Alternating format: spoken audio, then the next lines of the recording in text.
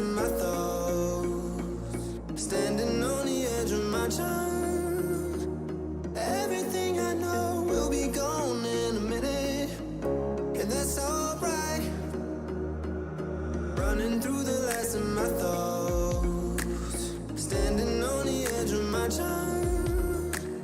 Everything I know will be gone in a minute, and that's alright. Alright, 'cause I'm free. I'm freer than I've ever been before. Yeah, baby, I'm free. I'm freer than I've ever been before.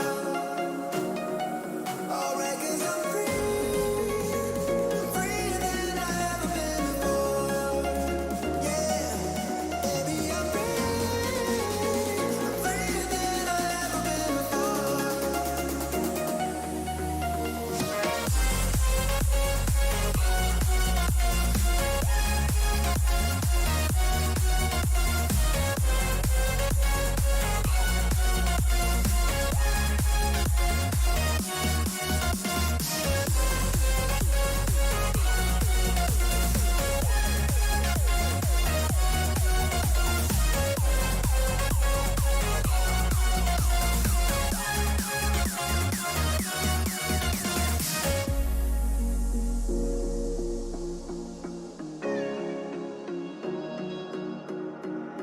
Running through the last of my thoughts, standing on the edge of my time.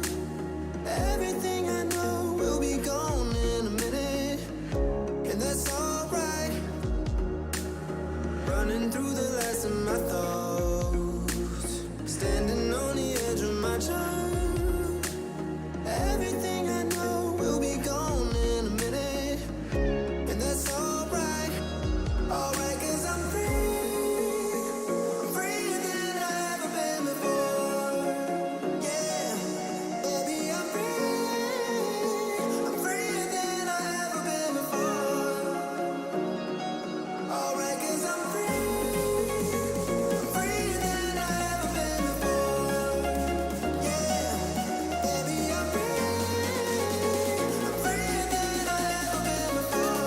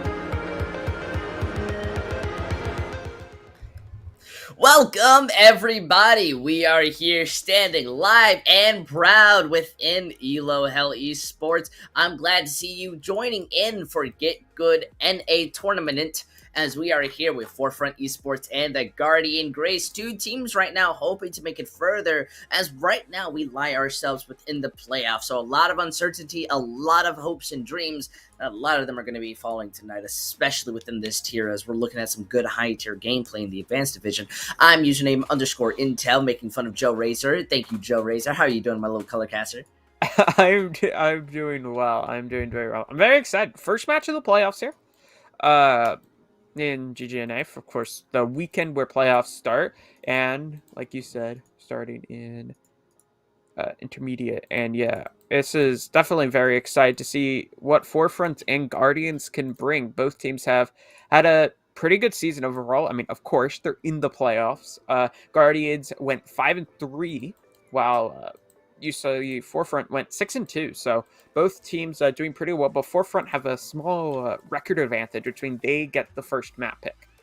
It is going to be very interesting as we kind of move on, especially with this map pick, Lijiang Tower. Normally, the format of what we do when it comes to these teams, especially when it was during the normal season, is we went over kind of their win record, information that we had on the players, and things of those sorts.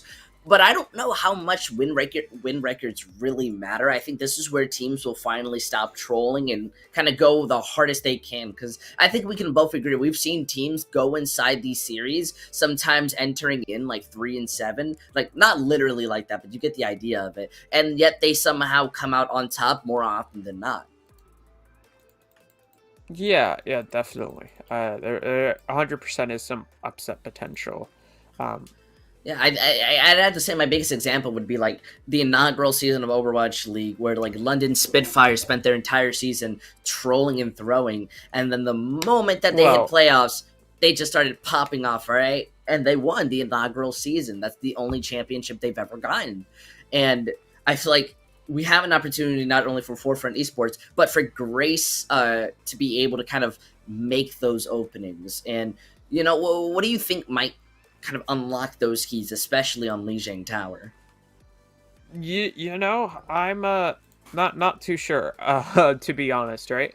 I think it depends what type of Forefront we see today. If they try to rely more on their individual and mechanical skill, which they definitely have, I think you're gonna really look to Guardians to try to weed out the game based on more team-oriented comps and play styles. But if you see Forefront come out as a very team-focused play style, I think you may have to see. I don't know if Guardians will be able to match that, and if they're not able to, I think you might have to rely on some big individual plays from Guardians. It's definitely a really good sentiment, especially because within the intermediate tier, I think the big difference that separates it from from both rookie and advanced is the fact that it comes down to team play. They're not always quite coordinated, and that means there's a lot more opportunity for hero plays, as I like to call it. So I definitely can see them kind of brewing something up, especially on Lijiang Tower, where I think we can both agree it's more than anything, it's less of a kind of main tank reliant team focus or kind of support, but rather the DPSs, especially on this first map. Yeah, the Lijiang is definitely a map where you see a lot of different compositions pulled out here, and on this one where it's gonna be Night Market we're starting on, this is a very brawl heavy map, and then it's either brawl or ball comps, like most of the time. The brawl comps, you'll see like a Symmetra TP. They'll set up onto the point very quickly. Sometimes you'll see like a Ryan Orisa. I've seen Ryan Monkey get pulled out on this map. But a lot of the time it is kind of this Ryan Diva, kind of very similar to what Guardians Grace currently have.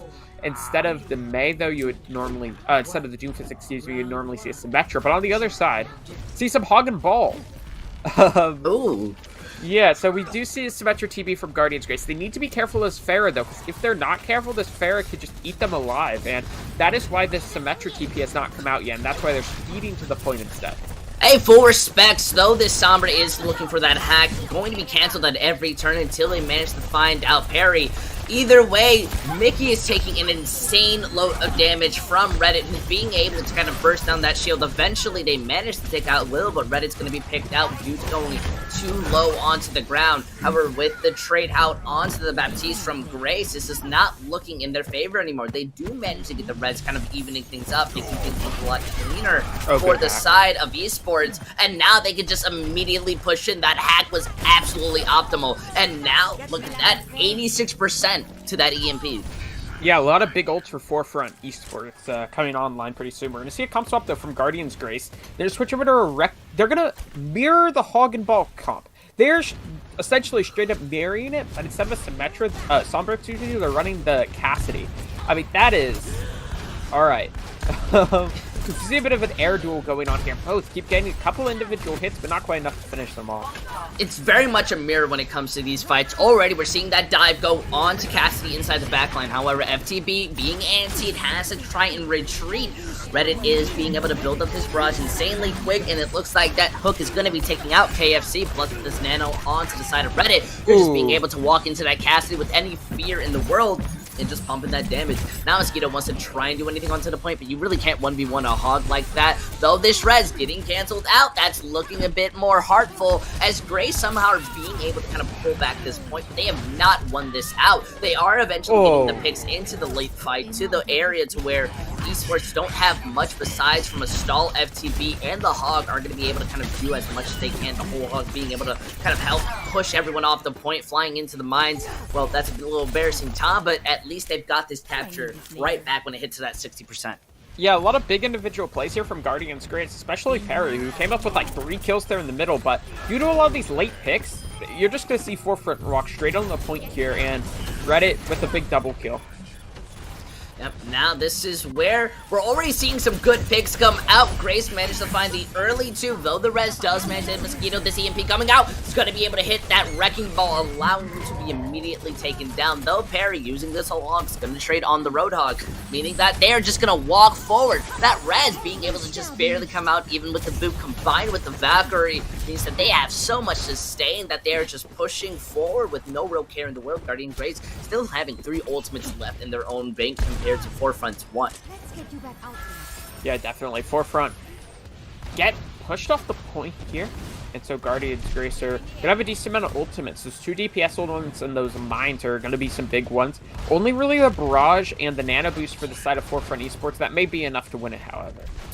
They're going to be looking to move with that barrage, catching out Reddit inside the sky. Although you leave yourself wide open to Mosquito to be able to take you out. Now someone in an even fight. The Graces are struggling. Though getting that hook onto the Mercy stops the res midway through and helps solidify your victory into this fight. Though in last territory, we need to be seeing more come out of this, especially with the res going on to Mickey. The rest of the sides have to do as much as they can. FTB does place that mines inside the point, while the rest of the team is kind of stuck outside of it. So it is going to be harder for Grace to come out and leave themselves open to Reddit to get that too.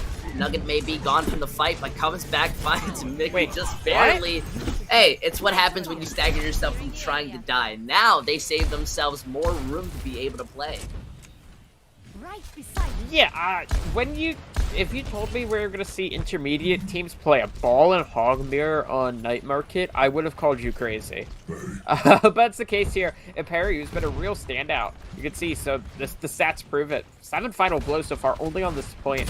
And he's looking to walk forward, gets a good hook onto the opponent's Roadhog. And an anti-nade, and they're going to finish him off. Hey, it's pretty nice. Taking out Nuggies is absolutely important. Though this visor is sort of being countered out until that high noon, it gets slept. And now they're going to have issues when it comes to stalling out the point. Luckily, that pick onto Pekin is going to matter a lot, though you let the Reds happen, meaning it's still going to be back to the 6v6 until we see Front 4 moving forward, taking out your kind of main tanks, and then Will just decide, I'm going to start playing the game, man, just to get the majority of your team. Though this whole hog going to be able to not only take out Perry and Will, it's going to be forcing the Wrecking Ball off the point. They can't touch without fear of dying. We are seeing some slowly return to the point as Thomas using that Falcon, maybe just trying to heal up. They are somewhat body blocking. Somebody has to touch. It's just barely going to be able to manage to hit it, though they are going to be struggling to kind of solidify their point onto it. Wrecking Ball just barely managing to bring back, but takes so much damage. They have no room to survive. Same with the Doomfist, who's just barely coming back. That barrage going down, managing to hit out the Lucia, but though leaving yourself open to the Roadhog to maybe hit with that anti, but the mind will be stopping you from entering inside. You have to use that nano to do as much as you can, plus the whole hog, but look at that, Mosquito's going to be able to take you out. You just don't have the support or kind of care in the world to be able to stay alive, and now Forefront Esports are going to take that first win. Yeah, Forefront. They managed to close it out barely. I mean, as close as it could possibly be, 199, and when you look at what the fights Guardian Grace were winning, it was off of a lot of big individual plays, and I mean, that's kind of what these comps ask for, right? Hog and Ball is not a comp that you see, like, top-tier coordination win it out for you. You saw a lot of big plays from Perry on that Roadhog. And then even Mikkel, excuse me, was playing the Wrecking Ball, creating a lot of space there. But now we move on to Control Center, and we're just going to see Brawl for both sides. Different takes on it, though. Symmetra for both ends, but it's going to be a Junkrat for one, Cassidy for the other, and then a Zarya for the side of Guardian's Grace, and then a Sigma for Forefront. Hey, it very much is kind of a drastic difference, though it does allow them to move forward. Having that shield, we already see Parry's not working with their tank. Mosquito is the one who's going to be caught out by Cassidy with those nice angles, though Cassidy not going to be one to live for much. Immortality just barely being able to save FPP until they just decided to press W with those bubbles and start taking you out. There's nothing worse than a high charge Zarya within your back line that's making you make those mistakes. Yeah, you saw Forefront. When you run that Junkrat comp, you kind of want to take that fight inside a White Room because of how much spam the Junk allows, but instead they tried to go into point, which gave some more space for Guardian's Grace to work with. But Forefront, they're going to move straight through the choke, so no chokehold available for Guardians. They are going to still move through this tight corridor. It's going to be nice having that Junkrat just to make that space. They managed to find out Parry absolutely big. There's no Zarya going to be helping out. Now with this window built in, the Immortality keeping them alive, they have the room to push forward until that Mei wall kind of splits them up for a tiny bit. They have to use the walls to kind of force out some weird area, though that Shatter breaks through, finds 3, and finds Mosquito. They're now pushing forward, being able to kind of have this lit Cassidy room where they can kind of look for, I don't know what that meant, but look, that we are seeing Mickey go down dangerously low. That Shatter's going to be able to hit that shield, and now there's somewhat of a slow stagger, though this Riptire absolutely big as it finds out Will now helps them grab, may be able to hit FCP, but they're perfectly fine behind their own shield, feeling fine. Now this sound barrier allowing them to move forward. The entirety of Grace are struggling to kind of work together, stay together, and more importantly, escape this fight. Yeah, but they do manage to solo for quite a while here. The only hopes they really committed late in that fight were the Graviton Surge. And look, they managed to keep the Sim TP up, so they're able to re-engage really quickly here, and they kind of have an ultimate advantage coming into this first fight. More than anything, now we see this Graviton Surge come out on the counter side. Though Tom used that sound barrier, it's just not enough throughout the raw damage that's hitting them. The entirety of Guardian's Grace struggling just to be able to move through it, though that is a quick fight, meaning they don't have to worry about much. Their Symmetra still took a little bit too long to kind of die. Yeah, a big thing though is they did manage to pick off the Zarya late, so your KFC's not going to have any ult charge, and that means a close hold, once again, is not available for Forefront, so Guardian's Grace, you're able to get past this initial choke, which can be quite a challenge. But that sound barrier, it just wasn't enough to sustain through kind of the Junkrat damage into that Graviton Surge. It's just so much damage to deal with, and they weren't able to.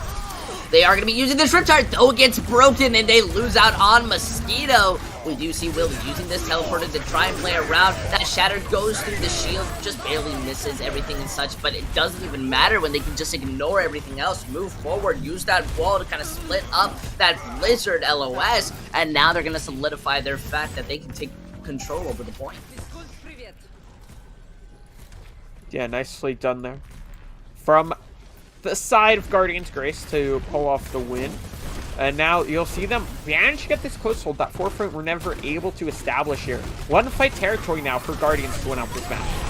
It seems that they are just moving forward. They want to take this fight extremely early. That wall blocks them up for a tiny bit, but eventually they're going to be losing Reddit. Without that Junkrat, this is allowing the Graviton Surge to kind of split them up, and now really nothing more left for them to do on the side of Grace but move forward, using that wall to stop any type of staggers from escaping. Now it's all up for the Lucio to try to touch, but you get melted down the moment that you're seen. It's a bit unfortunate losing out that Junkrat, and now the window stopping from even trying to enter into the point. Sure, your teleporter's there, but you can't do anything. Now Grace tying it up.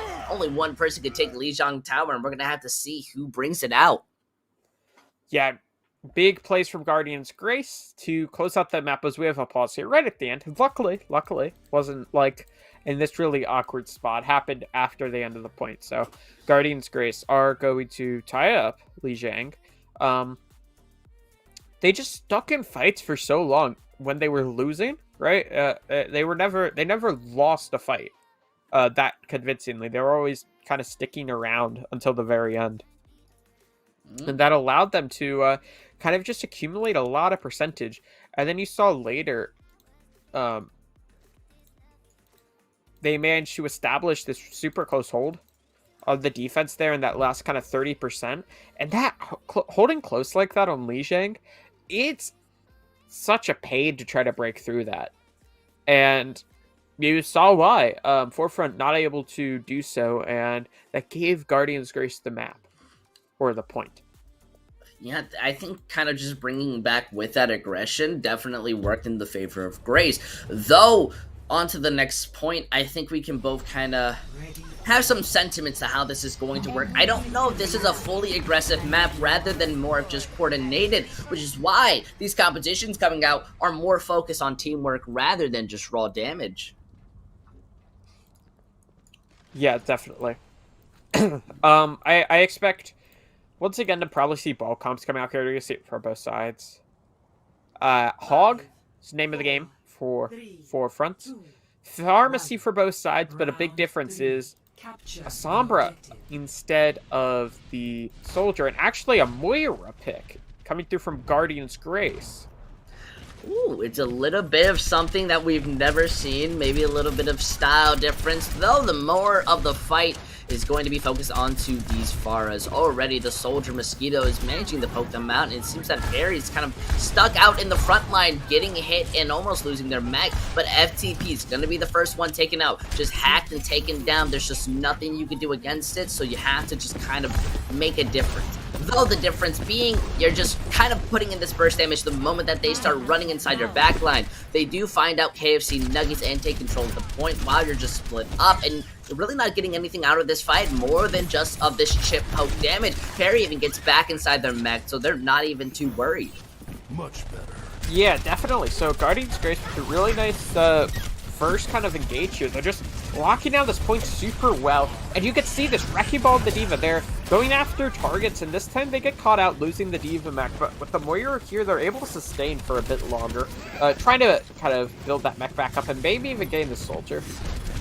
Yeah, they're kind of collapsing onto Mosquito. The Mosquito has those legs and moves to just barely escape and allow Reddit to take care of everything else. That's a little bit embarrassing to let that Soldier live. Now the Far Mercy kind of looking like they want to go onto the point, but then immediately pushed out, especially because Reddit has that nano. You pump in so much damage, there is just nothing you can do. You can't even solve the point.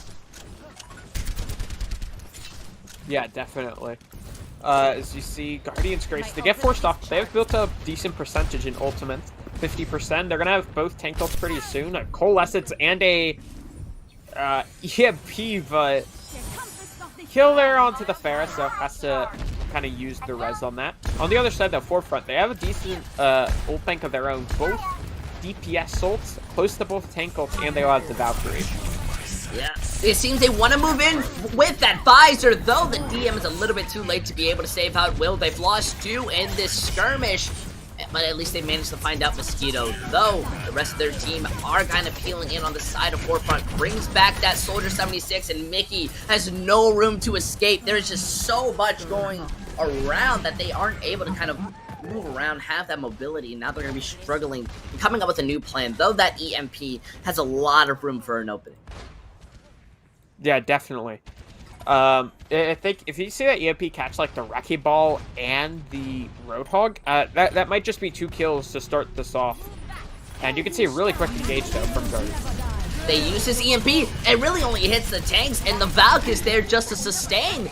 Nuckies is going to be out, but look at that, the mine's being placed onto the point. Will's taking this barrage directly to the face. Not going to be able to live that out. FTP may be hacked. The control is still onto the side of Forefront, even bringing back Nuggets, meaning they don't even care if their Wrecking Ball is gone. Although they do lose the capture of the point, that's an issue, because now this is more of a stall fight than anything for the side of Grays. They can go down dangerously low, the Far being flying high into the sky, eventually going to be hacked, dropping down to the ground, though Nuggets is able to get out too. They're going to be losing out their Pharah.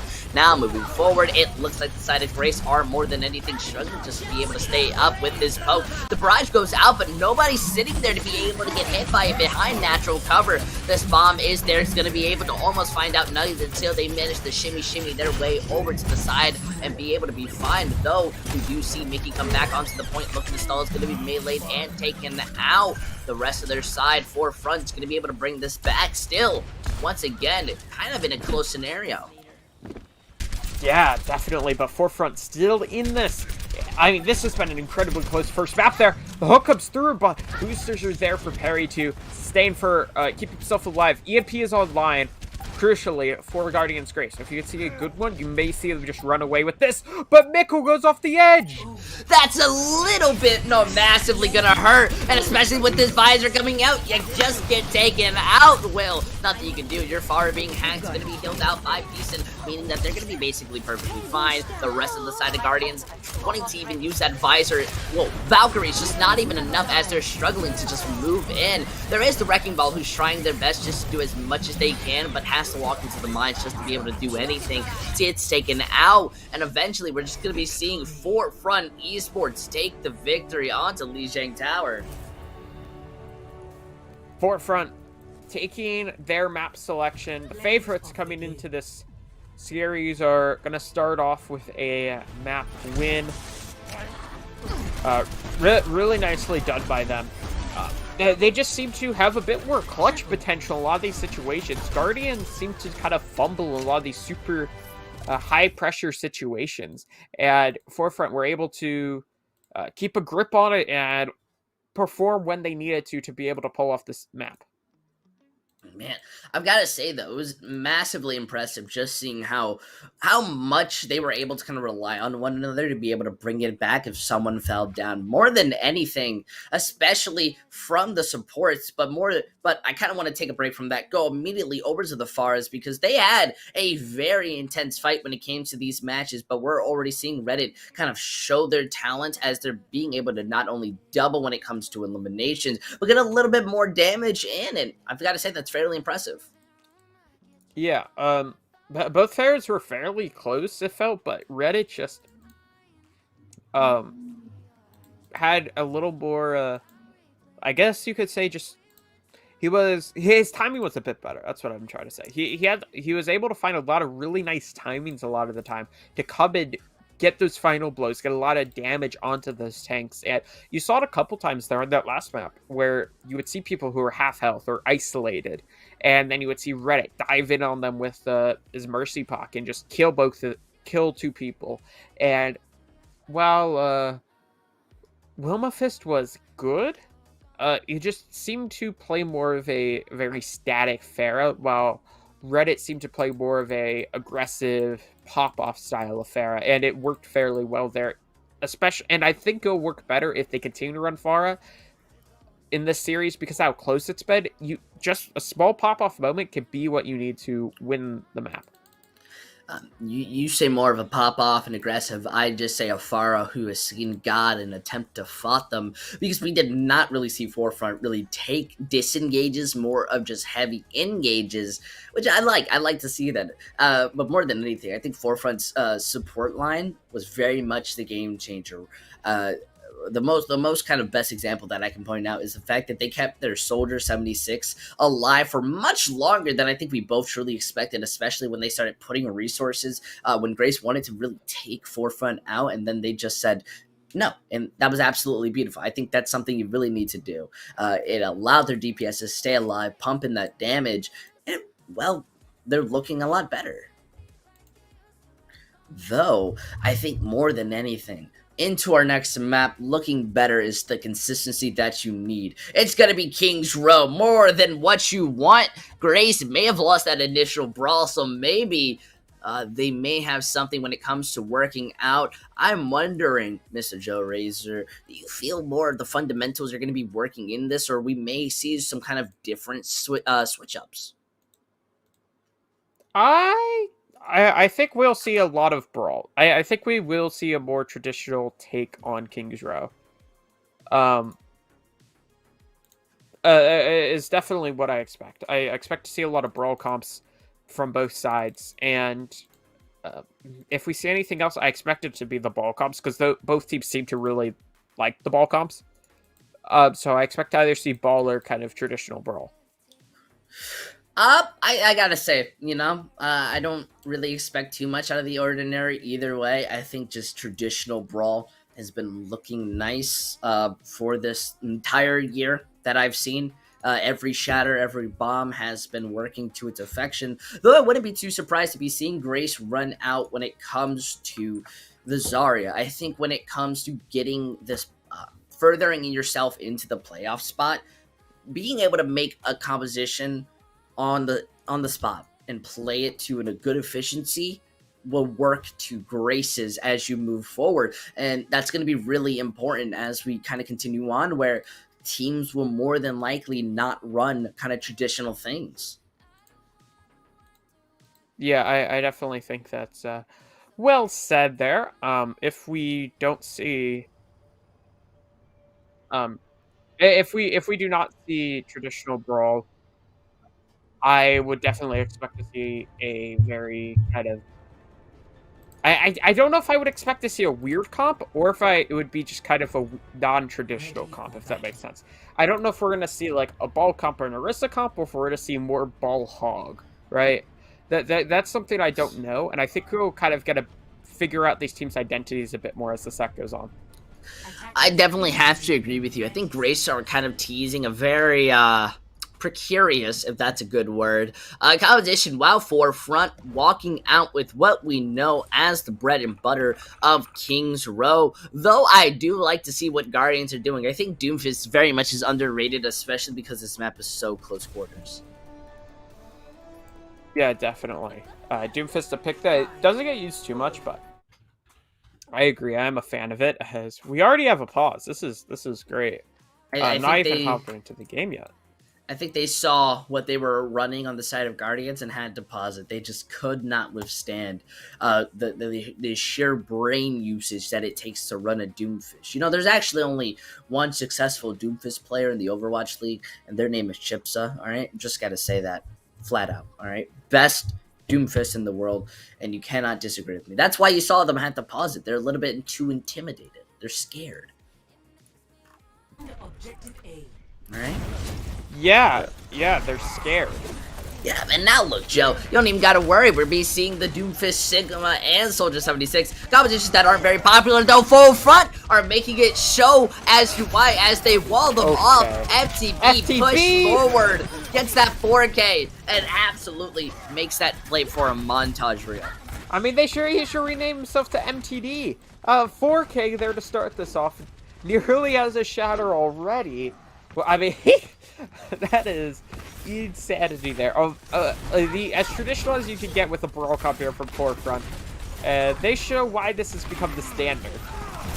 I definitely have to agree. Now with this segment moving forward, they managed to get a nice Maywall out, though we see Grace being able to ignore it and manage to find out Reddit, but the Shatter's built fast enough to help kind of slow them down. It's not enough to take them out as the Doomfist goes out wanting to try and find out Cassidy, but it's just not enough. Going to be able to escape and force the backs of Forefront to be shown and eventually be forced into a death scenario. Look at that. Grace is using this composition to its finest.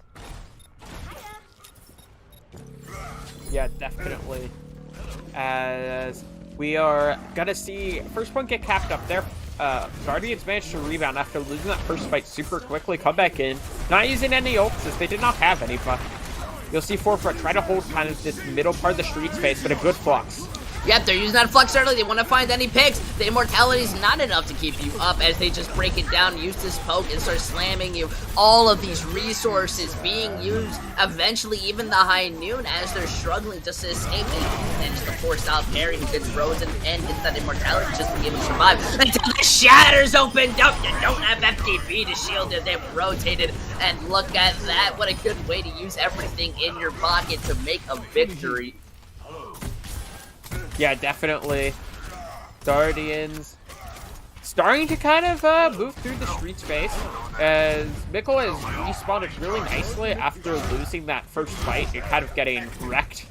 He's responded really nicely here with some great work. And they don't have too many ultimates, Guardians Grace do, but they have the window, but Blizzard and the Diva Bomb and the Ant Matrix from Forefront, it's going to be a lot. Yep, they throw that Shatter down in the bomb. Well, it only gets countered out by the immortality. It's still not enough to stop Will from diving into your backline and being punished. The entirety of Graces are being able to rotate back together, using their shields just to be able to feel fine until this Blizzard lands onto the ground. They want to try and charge and escape away from it, but it's not enough until Tron wants to be using this visor to make some form of a difference. It does a lot of damage. It helps kind of lower everyone into a stagger phase, and it just seems that the rest of Forefront don't have enough. FTP does want to come back, try to do anything, but you're a Reinhardt. You don't have that much survivability.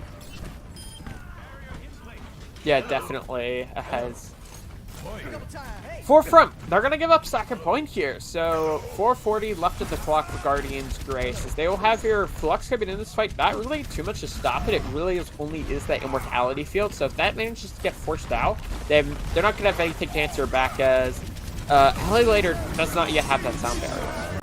We see it lam down, and the 2KI Noon. That sound barrier is a little late to be able to help your team. Already they're punching in, looking to just put in an insane amount of damage and hit that shatter just to kind of clean up any staggers. That was a quick respawn for the side of Forefront. They have nothing to sweat over. I mean, they kind of do, right? Look how close this card is. They were up 2 in that fight. They still managed to lose it. Now they have to try to stall. They do manage to chunk down the Reinhardt of Guardians Grace, and with that sound barrier, they will manage to work their way back into the same, regain control of the cart, but it definitely was scary there for a bit as KFC Nuggies going back over to the Roadhog. Hey, I fully respect it. Now they're using that speed boost just to walk on to Psyker, take them out. Perry's looking a bit claustrophobic as they're stuck in the corner, sent back to the spawner room. At least they now have a chance to be able to hold this for over 3 minutes. Yeah, they, it is a slightly more winnable situation here. As I expect to see a lot of, I expect to see a lot of aggression coming out here from Forefront, right? Yeah, you want to try to force the mistakes of the opponents your Roadhog can get work.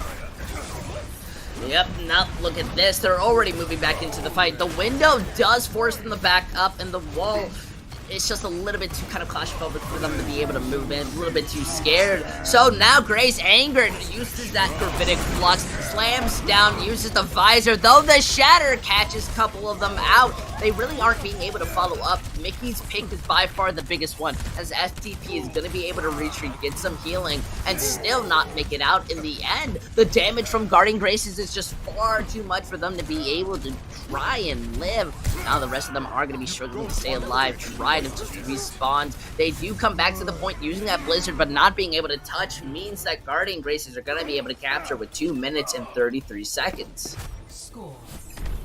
Yeah, Guardians Grace have managed to rebound really nicely. I mean, after that first fight, I was kind of scared. His Forefront looked really scary there, and I was worried that this comp from Guardians was going to have too many problems with it, but obviously did not, as they managed to capture up King's Row with a really nice time bank. Yeah, I mean, what team scrims against a Doomfist? I don't really think that's very often on King's Row, more than anything. Possibly, you know, the Bastion composition, that's by far the only thing I truly expect teams to kind of play against. Rather than that, you know, we see the Doomfist come out, and it's playing against something that you're not used to. When you're too stuck onto a script like Forefront, you get exposed by those compositions. Attackers incoming in 30 seconds. Yeah, for sure. Definitely have to agree. Guardians Grace are going to pull another twist here on the defensive side, as it appears we have formed some ritualistic turret circle. Listen. You don't need to worry about it, okay? All right? Halloween is coming up in just about 2 days or so it doesn't even matter. What does matter is how we're going to be seeing Forefront try to push forward. They're running out on very much an unconventional composition with double main tanks, that Monkey and Reinhardt. Hey, I've seen it before. They're running in, using that bubble. They're looking just to disperse, and they are pumping in an insane amount of damage. Though Grace is able to kind of take a breath, come back together, take out 2, and then move forward. The staggeredness is not helping them out, as we just see Tom fully take on that 1v1. I wonder what Forefront is kind of expecting. I mean, both teams are running kind of non-traditional comps here, right? You see this, like, rig with a brawl, and then they also have the Torbjorn and the Soldier, so a really bunkery brawl comp. And then you're seeing double main tank with the with your like Lucio Moira, but then you also have a Genji and a Doomfist that's very, very interesting. Look at this, already coming out. The Torment is pumping in an insane amount of damage, and the Shatter's the one that helps them secure it. You just can't do much when FTP dies very early, and, well, you know, the rest of your team falls soon. Yeah, I hate to break it to you, but I'm not feeling too good about this brawl this kind of double main take look from Forefront. I think they're really just going to try to bank on some ultimates to win this fight. Of course, GitGud's really powerful. It it might struggle a bit due to the rally, but we'll see. Look at that, already moving back out. That rally gives them so much sustain to be able to walk into FTP. Reddit may be able to take out Psyker, but they're still feeling pretty fine to be able to play through this, taking out this Moira, and eventually the Doomfist having used their ultimate just to be able to escape. These picks are now being more into the favor of the Esports, as they're now kind of taking these angles. They're finally being able to poke them out, though Perry being able to find out too means a lot. This blade is there. They've got the Gravitic Flux, but two has already been traded out. Guardian Graces are playing off Staggers and Perry to be able to bring this out, and with this immortality, I can't believe it, a single Sigma truly being the main thing. It's such a difference right now, and they're being able to secure it. Though they have to back out because they get hit with that Shatter, it's just not in their favor as the respawns aren't there to be able to help them out. Luckily, they do force two ultimates out of Forefront Esports. Perry single-handedly stalled for like 40 seconds and traded his ult for two ults, right? I mean, he killed 4 there, used the Flux, forced out the Dragon Blade, which is kind of Forefront's biggest ultimate. Shatter and then Coalescence are both forced to be committed due to his presence. And now we see a swap from a Soldier, and then they go back onto the Genji. So Forefront continuing the same composition, but there's going to be a hold here at the Archway from Guardian's Grace. Yeah, I am more surprised by the continuation of this Gengu. I mean, but hey, I've seen weirder. Already the Monkey and Doomfist come out. They're using the Sound Barrier as their key to be able to push farther than they really need to. And it seems that the Monkey playing into that corner forces out not only the small core, but the Visor. They're saying, hey, get off my room. Stop pushing forward. You're so mean. And they are starting to get these picks, but Grace is still in a 3v3 type of scenario. Though with Reddit being picked out by Perry, who somehow gains so much value to build up these Gravitic Fluxes, it means that they at least can kind of bring it back a tiny bit until this immense amount of damage is coming back, the Monkey still being alive. Yeah, definitely. And they are managing to win a fight. We might see something similar what Guardian's Grace has been able to do. As you see the Sigma stats on the screen, or you could. Perry has done a lot of work here on the Sigma so far. Not a very traditional pick, but has been working fairly well. Fairly well, I think extremely well. They're already pushing this payload with only around 2 minutes and 30 seconds to be able to touch. Will's even forced to go onto the Doomfist. Goes out and punches Reddit directly in the face. Now with the Gravitic Flux catching out FTP, they're going to be struggling to stay up because Perry is walking into your face, hitting you with these Sigma balls. Yeah, great stuff there. The Sigma balls, as you mentioned, doing a lot of work. And then Will as well is just doing so much there on the Doomfist. Kills through in that fight as Perry of the Sigma once again, like I mentioned, the stats on the screen, just so much great work there from him. Couple ults though from Forefront. They're gonna have a Shatter as well as the Coalescence. Somewhat close to the Nano Blade, but the Nano Blade. Whew. The Dragon Blade, but it's about 25% away. Yeah, you're losing yourself. We see the Shatter come out, Shatter. managing to slam down and hit as this Coalescence allows them to push. There's just nothing Guardians can do. They never expect it coming out of FTP the moment that Nuggies dives in. Yep, definitely. So Forefront managing to capture up the point. Their time bank though is gonna be worse than Guardians no matter what happens here. This would need to be a kind of really good attack. They would need to win both fights here if they want to have a comparable time bank. The big thing though, they need to make sure they can cap up with time, so they have a chance at winning this match.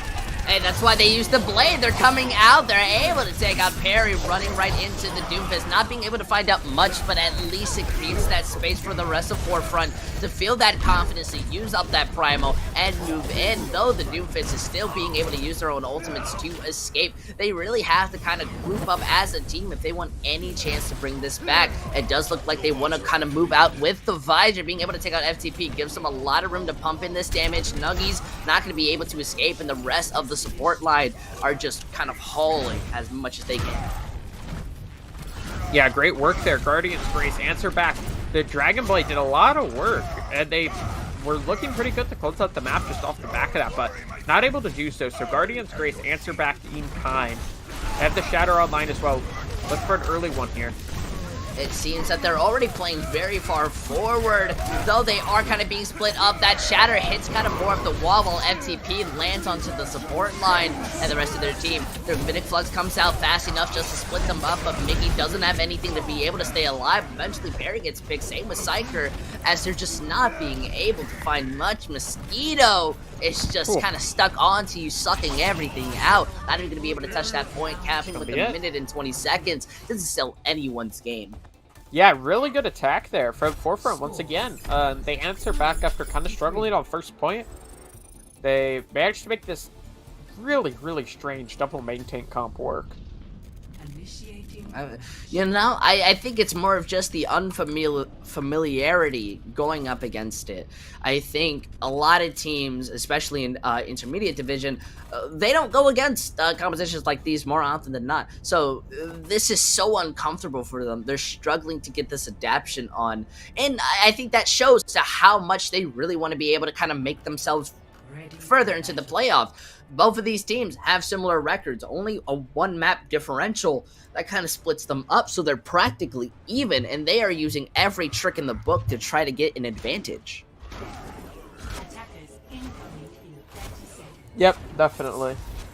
As we are seeing what could be, as we're nearing the conclusion here of this map, excuse me, as I'm very interested to see what Guardians Grace want to do here. And it looks like we now know on their defense. They're going to run an Echo. So same comp they ran on defense the first time, but this time with an Echo instead of your Torbjorn. The attack, though, once again, this really kind of uncommon double main tank comp. Hey, it worked the first time, maybe the second time. Though it's been seen and they're already taking their angles, they want to play more onto the high ground. This gives Forefront the moment to just push down, and then Barry, who just touches the payload for a tiny second with the point, gets immediately punished. Okay. The rest of their team not even being able to do much. Mosquito being able to deflect the majority of the damage, struggling to kill off Cassidy, but still gets it. Wasn't even more of a fight, it was more of just a tickle scuffle. Yeah, definitely. As this is really, really good stuff there from Forefront. The Genji and the Doomfist doing a lot of work there in that fight to clean up that situation. But Guardians Grace switching with Doomfist to their own. No ults here in this fight, so it's going to be once again a neutral. Hey, on the bright side, Grace, do have kind of less than 30 seconds to be able to stop them. That's all you really need. We already see Nuggets pushing out, using that bubble, managing to take out Tom. Nothing that you can do. With this Moira healing, they just have so much. Eventually, Mosquito's going to be traded out, and then eventually the group is kind of returning back to their own team. Reddit picked out. This is the worst type to lose your support or your team in general, as Nuggies is taking so much damage at 83%. We're seeing the flank onto FTP wanting to just try and do much, but they're eventually taken out. Guardian Graces managing to take that aggression in their favor. Stop this point as it reaches out. They really only need to cap first point if they want to kind of win this. 100%. Great stuff there from Guardians Grace there. They stop Forefront Esports in their track. It's a very winnable map for them now. If you're Bedbrook, took them 2 fights to win first, and then they won the fight the immediate fight on second point. And if they're able to replicate that, they will be taking this map here, tying us up. But Forefront, they know what they need to do to take this as well. It's definitely holdable for them. What do they need to do? Because I'm not gonna lie to you, I'm a bronze player. I gotta be real, you know.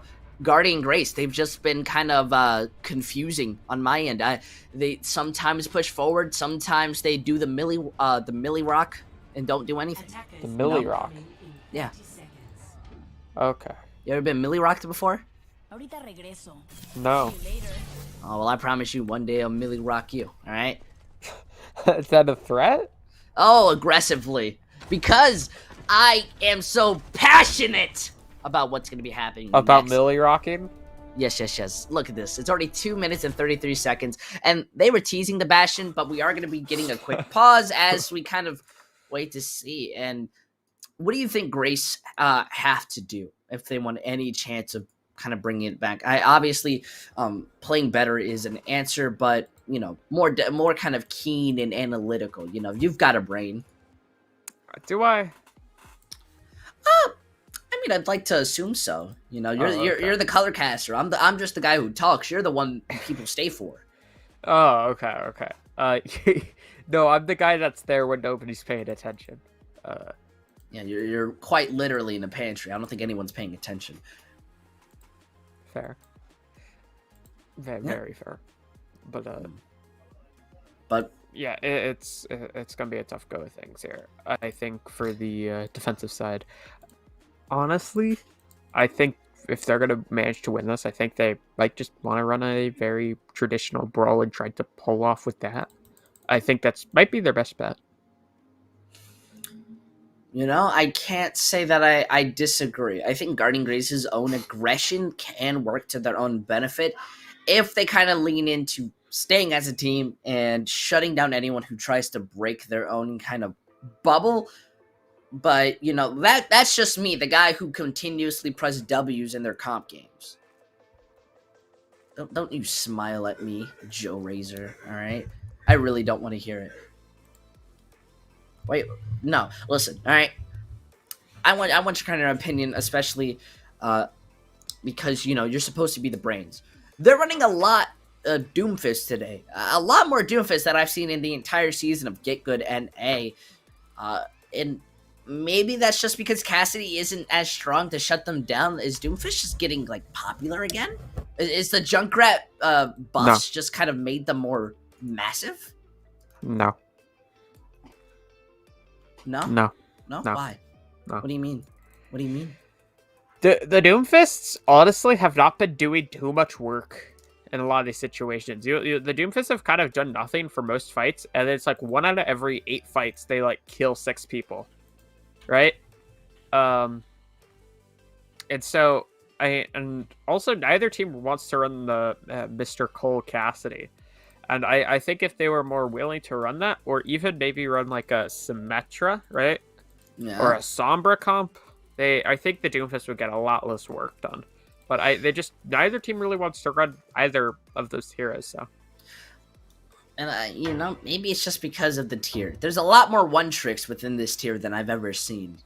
But, a bit more flexibility. I still want to kind of point out, I think Forefront Esports supports have been absolutely doing insane and as much as they can, especially in these fights. But it's gonna matter more than before, as we see AC 130 walk out. They don't even take. They eventually take the top high ground, set up FTP. There's not much you can do against this. You don't even have a pure hit scan that can kind of dig it out. You have hit scans, but close range more than anything. They're even stuck having to rotate out. The Doomfist hiding on top of this high ground, waiting for the pure opportunity to kind of focus out. In the moment that they peak, they get blasted out by Tron's damage and the damage boost. It's just so much. What do? Nobody's really dying, but there's already 2 ticks taken out. The Lucio is split, crying for their mama as the Reinhardt walks out. The Doomfist wanting to do as much as he can. The D.Va walking out. They do manage to find out the Symmetra, but Reddit's taken, and the rest of them just push forward. There's just so much line of sight that they gain by existing as the Bastion. Yeah, this is a really nice adaptation here, right? AC 130. It gets played occasionally, but normally just kind of doesn't work because teams know that it could be ran, but Forefront have not really been willing to run. If they had just run a normal brawl comp, they probably don't win here, Guardians Greats, but they have noticed that Forefront have not been running traditional brawl. They know that they can get away with this, and you can see it works to great perfection there. And now they have essentially every ult except this Valkyrie come next fight, while Forefront, they're only going to have a Shatter and a Coalescence. Yeah, they're popping out with the Gravitic Flux very early. Reddit wants to be able to put damage into the Bastion, but is having such an issue moving forward. With MTP being gone, this is now going to be a struggle for them to survive. Every ultimate coming out of the side of Guardian Graces. They really don't want to end this series because Tron is solidifying their ability to win this out. And now we have a tie as Guardians Grace, they managed to win King's Row. Yeah, they will do it. As you can see, just it was on your screen for just a second. The damage per 10 didn't play it for 10 minutes. He played for approximately, like, maybe 2. It was 17k. And at the end there, he had this crazy 4k with the ultimates, though. AC 130 ends up working. Hey, AC 130 is yet to fail I've ever seen. Because you can only counter it if you understand how to play against it. And it's absolutely frustrating just to be able to do anything, I think. So I'm more impressed that Guardian Graces had the confidence to run it out. I know if I was against them, I would be so tilted in calling them cheapskates. But that's just me. Though we do have some Sigma stats to kind of turn away from my tilt of seeing out with, Bastion doesn't even have his hat yet. Perry absolutely did as much as they could in this game, and I think was by far one of the shining moments on their side. Getting 46 eliminations, 18k damage, and 16 final blows. That's more than I really expect a Sigma to be able to produce within a single game.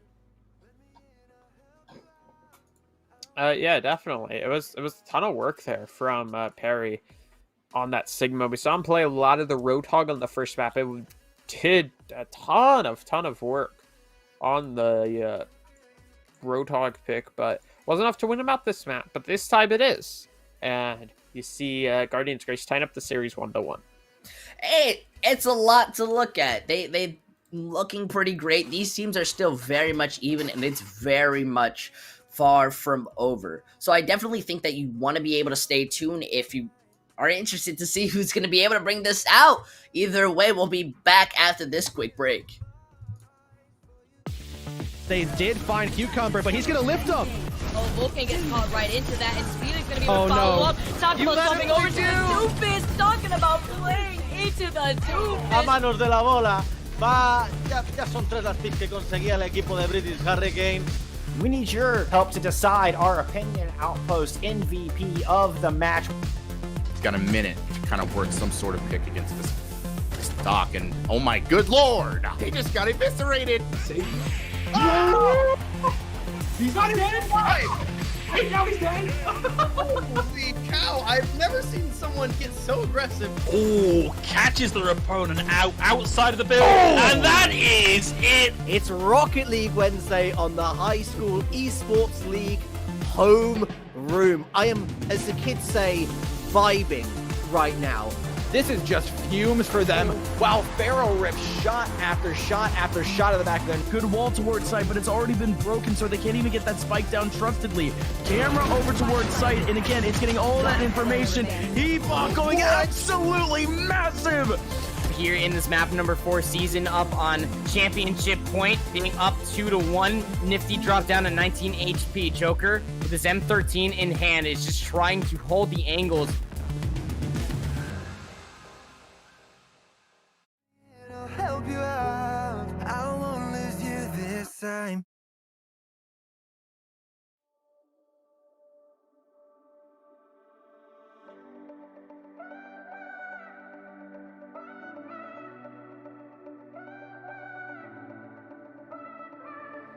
One more wine, one more whiskey, and we just kept the car in park and dim the headlights so we see the stars. Let them tell us where we should start. And I'm scared as hell because there's no way to know how this goes. But I can't help but say I promise to give you my all. But it might break me.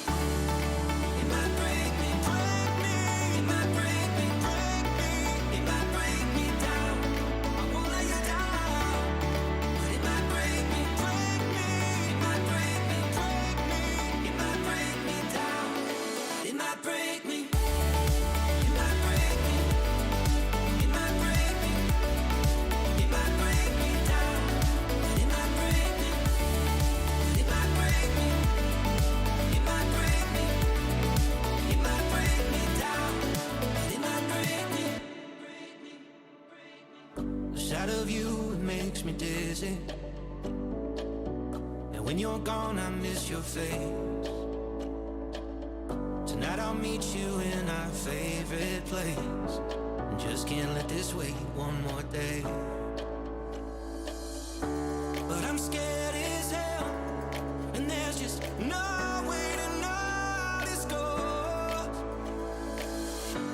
can't help but say, trusting why you are so beautiful. But it might break me. It might break me, break me. It might break me, break me. It might break me down. I won't let you down. But it might break me, break me. It might break me, break me. It might break me down. But it might break me.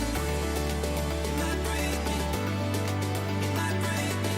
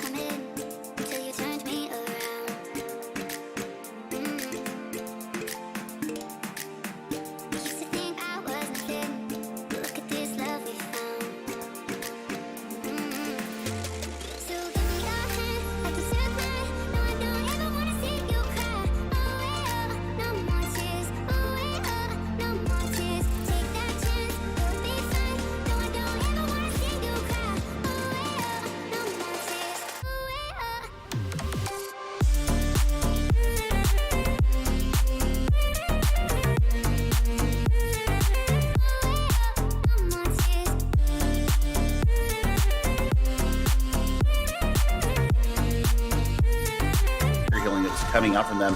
And then the Ana goes down after that, and it was just quick cleanup. Resignations and Widiwe really clutching out in the DPS department for SM, and they've got first capture crossing 15%. Ultimate's coming up online already. You're going to have Deadeye, and look, we've got Grab Dragons available for that test. Oh, and they're going to waste no time in committing it. The Graviton comes out.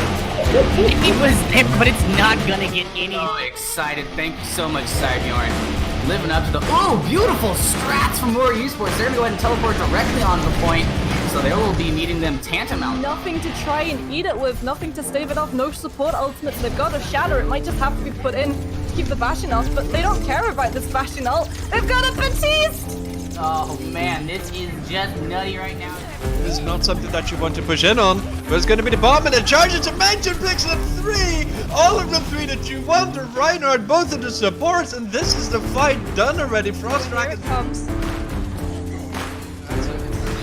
It does pull out the Transcendence, but the anti-mid gets... Here comes back on the Doomfist. Not half to play the EMP critically. Starjummer has the Deadeye. No half this time around. Starjummer gonna clean up the fight. Get 3. Get the electric cowboy. We're dancing effect. This might be the best map for that in all of Overwatch, as we see the hook shot and Bane with the silk thread shot going on. Isn't gonna work well against the Ghost Confar as fine but you're not gonna get through this. I love watching teams that I haven't seen play before play. It's always thrilling.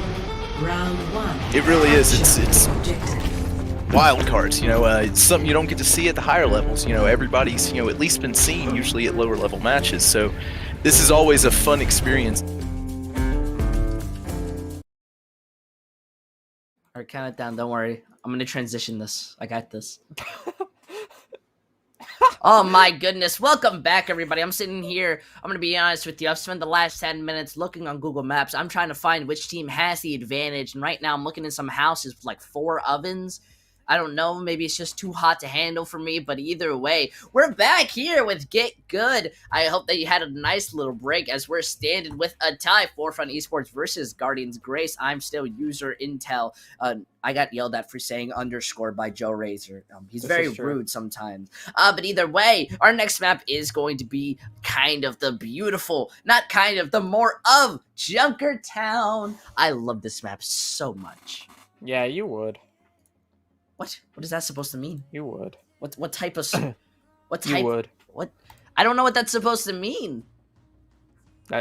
Listen, of course I would love this map. Who doesn't? This map is known for its heavily sniper kind of rooms, alright? What do? That isn't just shoot somebody. Doomfist can definitely work, but this map is very much more clean to that Wrecking Ball style. Like, how am I not gonna love that? That is so much fun. I personally, I'm not a fan of Overwatch Deathmatch Edition. It is that, like, this map is just this. They made this map as like a preview into how Overwatch 2 gameplay is gonna work. Like, it is actually absurd how just like bonkers this map is.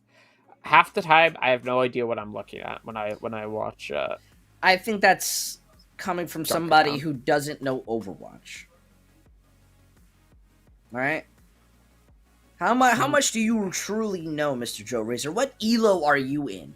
Elo? I don't play a ton of Overwatch anymore, but I'm like low diamond. No, low diamond. This guy's low diamond, peeps. He's so bad. He's... Alright? Going into Junkertown. You said you were bronze earlier.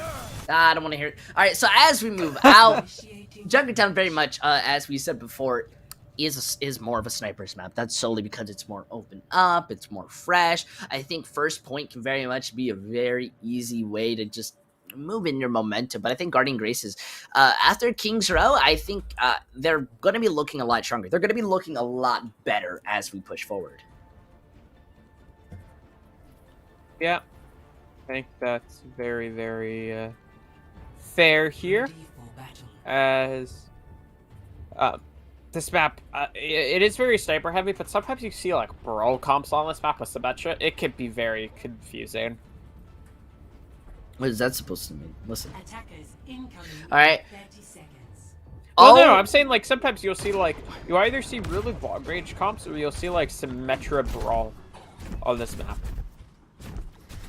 You know, you're not very wrong there, and I'm not too surprised to see kind of Forefront Esports walk out with this double shield. It's very much a very suitable composition for this defense.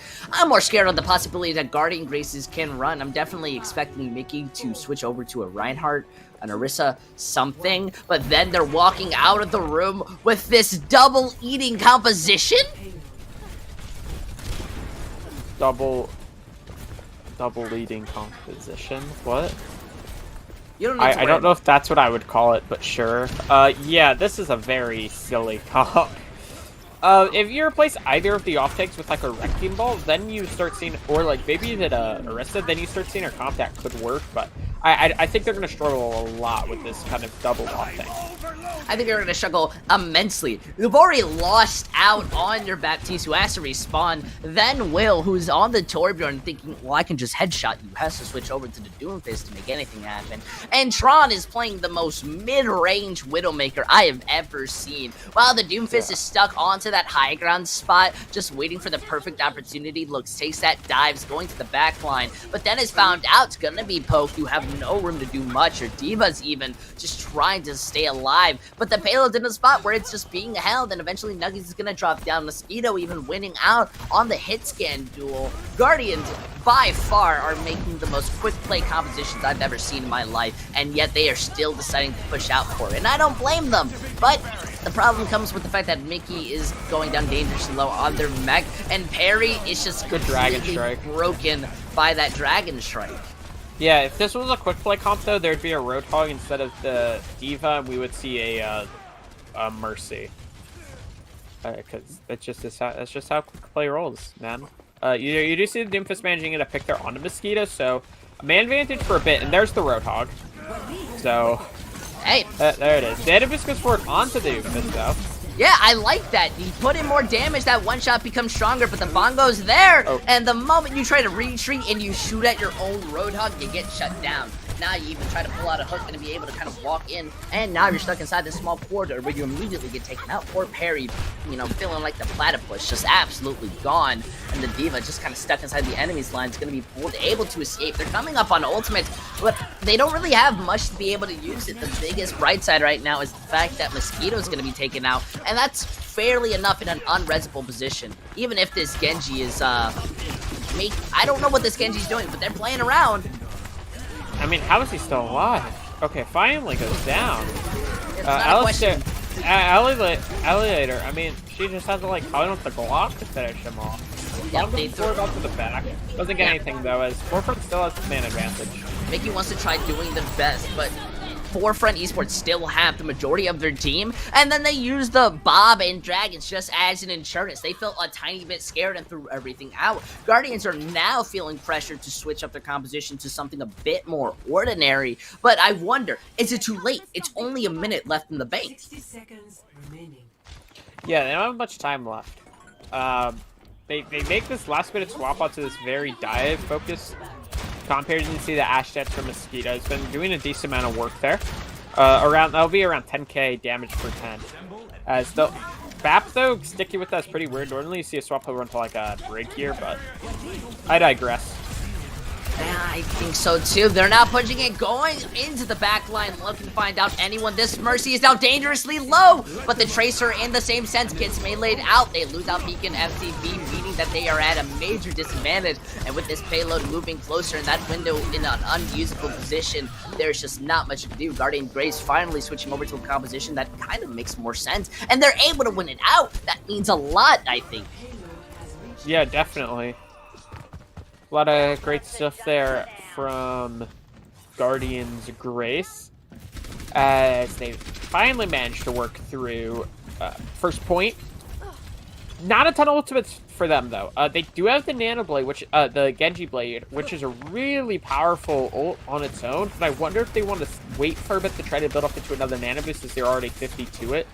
On the other side of that, you're going to see both DPS ults and this Bongo, which I expect to see a Bongo pretty early, and there it is.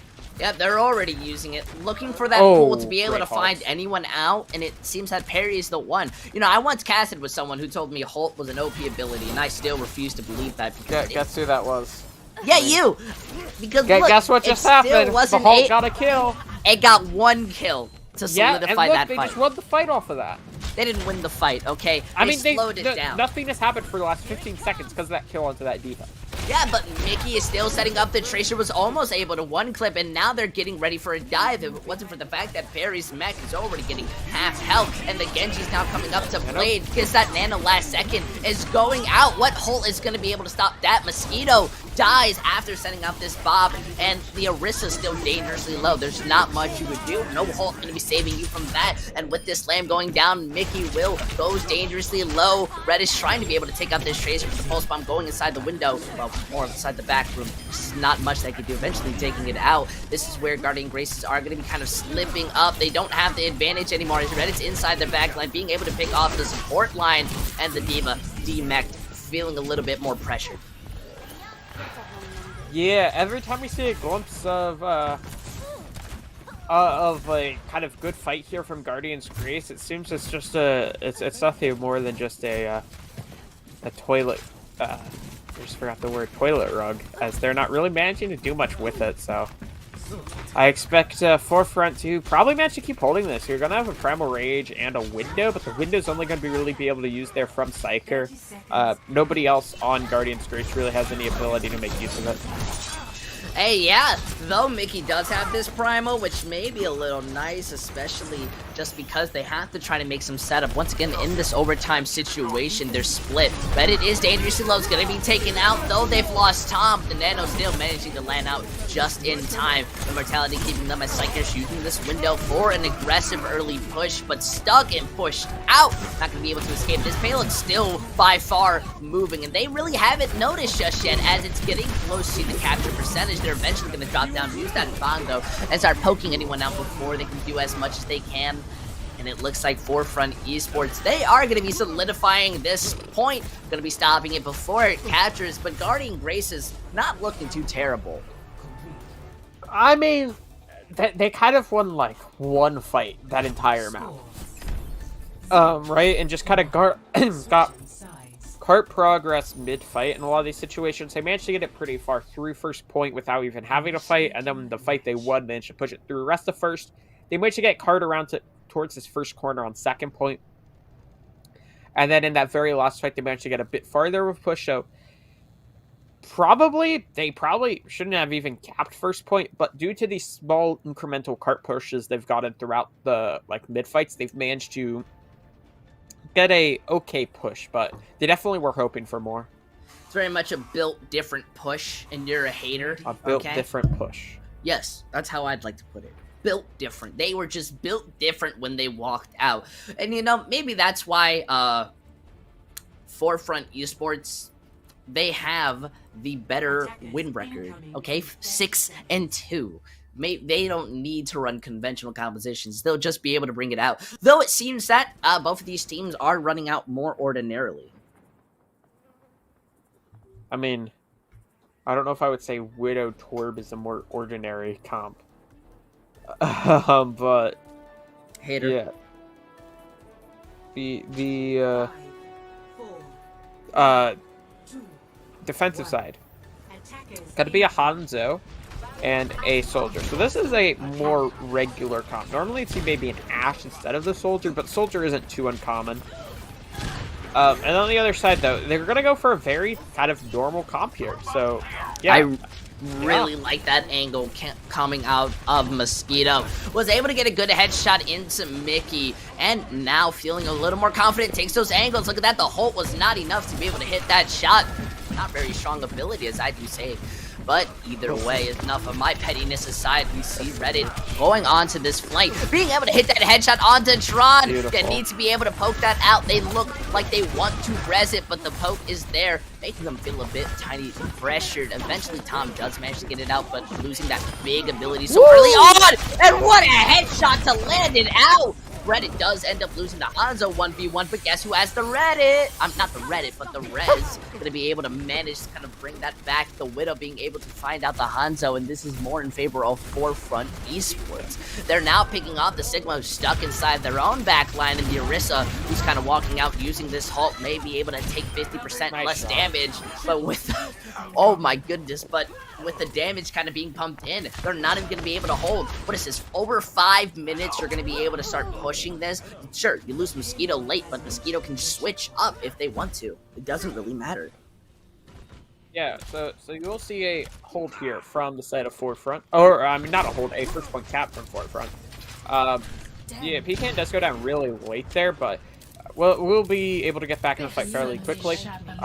Big ult bank coming through from both sides. The only big advantage for Forefront is the tank ult. They're around 20% closer to their ults than Guardian's Grace is. What is FTB doing? Just going on a flank? FTB is playing this game, okay? They're using this bongo just to set up that damage. FTB on the flank, meaning that they can take various angles and, well, focus off your attention. Now Guardian Grace is struggling just to be able to kind of make a difference as they walk down to the point trying to slow it down and eventually using the Gravitic Flux, but there's not much of a team to really get much follow-up, and eventually, look at that parry who has been shining throughout King's Row as a Sigma fails to kind of help this out, and with this payload being at that very section, nobody's gonna have the respawn to be able to touch. That Doomfist even tries to get Storm Arrowed and taken out the Dragons in a very favorable spot, yet the Mercy using that Valk, they want to do as much as they can to try and bring it back. Going out for the res is gonna be taken before anything can happen, and the Gravitic Flux kind of finishes off Psyker, slams down onto Perry, maybe using that bongo, but I don't know if you can really win a 1v6. I've never seen it happen, and I guess we never will, because Forefront Esports, they're going to solidify their win, and they are going to take Junkertown. Yeah, with a Junkertown, the number 2 seed in Forefront Esports are, well, one map away to moving them to the upper semis. As Guardian's Grace are going to need some way of answering back here, because, I mean, they looked very much outclassed here in this map. All right. I would say so too. I don't know exactly what's going on with them. More of than anything, I definitely feel that it's solely because they're kind of experimenting on a map that doesn't benefit from experimenting. I think King's Row very much is. You can benefit from it because every team runs the same thing. But I feel when you're screaming Junkertown, it's very much different compositions. And so you're kind of hindering yourself if you're running these things where kind of the team doesn't really have to worry about it because everything basically goes off of a script. I guess I would feel pretty like I don't know. I think this is a map where, like, even if it looks like you're experimenting, you may not, due to just the kind of absurdity that is Junkertown, right? So it may look like somebody's experimenting, but that may just be the comp they normally run. Listen, like it is just a very what weird team map. Have you ever seen walk out with a composition like this? Not like this, past tense, because that was last map. Like that. Joe. I wouldn't be surprised if I've seen it before, because I've seen a lot of stuff on Junkertown. You've been playing way too much Valorant. You've lost yourself. I haven't even played that much Valorant. I decided to play today. No, you've absolutely lost yourself when it came to everything, so I'm gonna ignore you. I'm gonna talk about Overwatch, my favorite game in the world, even if it's kind of weird at times. We're gonna be seeing Temple of Anubis as our possible last map. Framed. Absolutely. And Temple of Anubis, I gotta say, this is a little bit more worrying going on to the side of Guardian Grace, because they looked good on Brawl. Temple of Anubis is not Brawl. No. Alright. And be honest, okay? Be honest. Do you see a Doomfist walking out here? How much do you see that working? How much do you see that working? I don't know. Let me think. I don't think it'll work very well if they pull it out. I wouldn't be surprised if we see it, because it's not a terrible pick here for a Doomfist, but neither. The Doomfists have been fine throughout the series, but the Doomfist picks haven't been super impactful. I feel like just running a different hero would just be more impactful, honestly. You know, you make a fair point, and we're really not going to be able to tell what they run until this very second, where these teams now have an operation to kind of come up with ideas. And it seems that their idea just is focused on dive, which I fully respect, though Guardian Graces. I'm a little scared. Sometimes I talk about the compositions that they walk out on before they walk out, and then they switch it. I don't trust Guardian Grace. I think they're running out with this. My schizophrenia is kicking. Alright. Well... yeah, so the defense. It's gonna be a very... I don't want to say strange, but definitely different comp here than what we see. It's gonna be fairly traditional dive, honestly. Just the big difference is we're gonna see a Genji instead of what probably would normally be a Tracer. And also a Mercy pick, which will be pocketing this Echo. Sometimes you might see a... no pocket and you just see a bring instead, but instead they will get a pocket for it. It's already paying off dividends. My goodness, they're already being able to take out Psyker, who was just wanting to make a rotation to their team. Now without healing, Mickey and Will aren't going to be able to survive Forefront Esports. Well, they're going to be able to hold this with the confidence of 1,000 suns. That's quite a lot of suns, Intel. A lot of confidence. It's a lot of confidence, yeah. They will win that out. Guardians Grace, like I didn't really get a chance to talk about their comp, but it is this kind of, I guess it's just kind of a close thing to a kind of Brawl comp, but they don't have a Mercy, Lucio, so you can't speed very easily. Instead, they're gonna run a pharmacy now, so it feels very disjointed. The Guardians Grace comp. Yeah, I think it's going to be a lot of things. We're already seeing the what a shot to find much as Will goes onto this Pharah, and it seems to be the true difference maker. They're not being able to take out really anyone on the side of Guardian Grace. There's just too much spam damage, and now they have the confidence just to be able to push forward. They're not being scared. They're putting in that aggression, and now they're going to be able to capture the first point. Yeah, first point gap here. For their side of Guardian Grace, so they may have a weird comp, but it does generate a first point cap if they can remember to stand onto the point. As like people are still getting killed, they will all get quick respawns, but Will, who died very late there for Guardian's Grace, will either need to be resurrected or it's going to be quite a while before he comes back. Hey, more than anything, they've got to be able to push on to the second point, and with losing that far very early and Bender Soldier 76 coming up, well, you kind of just have to have a reset. You do use that immortality in the grab with that surge, which comes out to focus down on the monkey. You're kind of going 8-brain if you really think that was going to help much. Look at the rest of your team. They're now looking a little bit sporadic, and, well, that Zarya is going to be losing all their charge. Yeah, so Zarya does end up dropping, like you said, causing him to lose all of his charge, but he will manage to hold back. So Guardian's Grace will have supposed to work with here. They're gonna have everyone except that grab, which we saw committed in the last fight. Forefront though, they're gonna have supposed to answer back. Duplicate, very powerful. Diva Bomb and a Valkyrie from Alley later as well. They're already being set up. They're doing a good job as they're building up their ultimates. That's 5 besides the Graviton Surge, meaning they're going to have a lot. You see Reddit use this copy, picks that Reinhardt, wants to be able to just walk out, hit you with that Shatter, and does manage to kind of MTD Mickey a tiny bit. They're not even going to be able to have an opportunity to use their ultimate. Will is just stuck inside their line as well. So, hey, at least you get a chance to escape another plan. You still have plenty of time. Yeah. Nicely done there for front to once again hold back here. Only using that duplicate, really. I guess they used primal as well. So not a lot of ults though for them committed, but I mean on the other side they committed 0 ult, so it's like ult-wise Guardian's Grace did come out on top. So expect to see a big ult investment for them in this next fight, or maybe they just try to wait until they can have their Graviton Surge. Yeah, I definitely would have to say that. Though, look at this. Nuggies eventually gets taken out after taking 2. But the rest of Forefront enable this Shreds, take out the Pharah, and push forward. Guardian Graces don't even have an opportunity to play aggressive because Forefront have completely switched up their style. Yeah, Forefront are looking quite dangerous here. They're playing very aggressive. And it's paying off in leaps and bounds here. You're already going to see Primal Rage build back up here for KFC. And Guardian's Grace, I think they're just waiting for 6 ults to engage, but it's taking quite a while for them to build up into this Flux. Not Flux, the Graviton Surge. I don't know what this confidence is to be able to use 6 ultimates in one.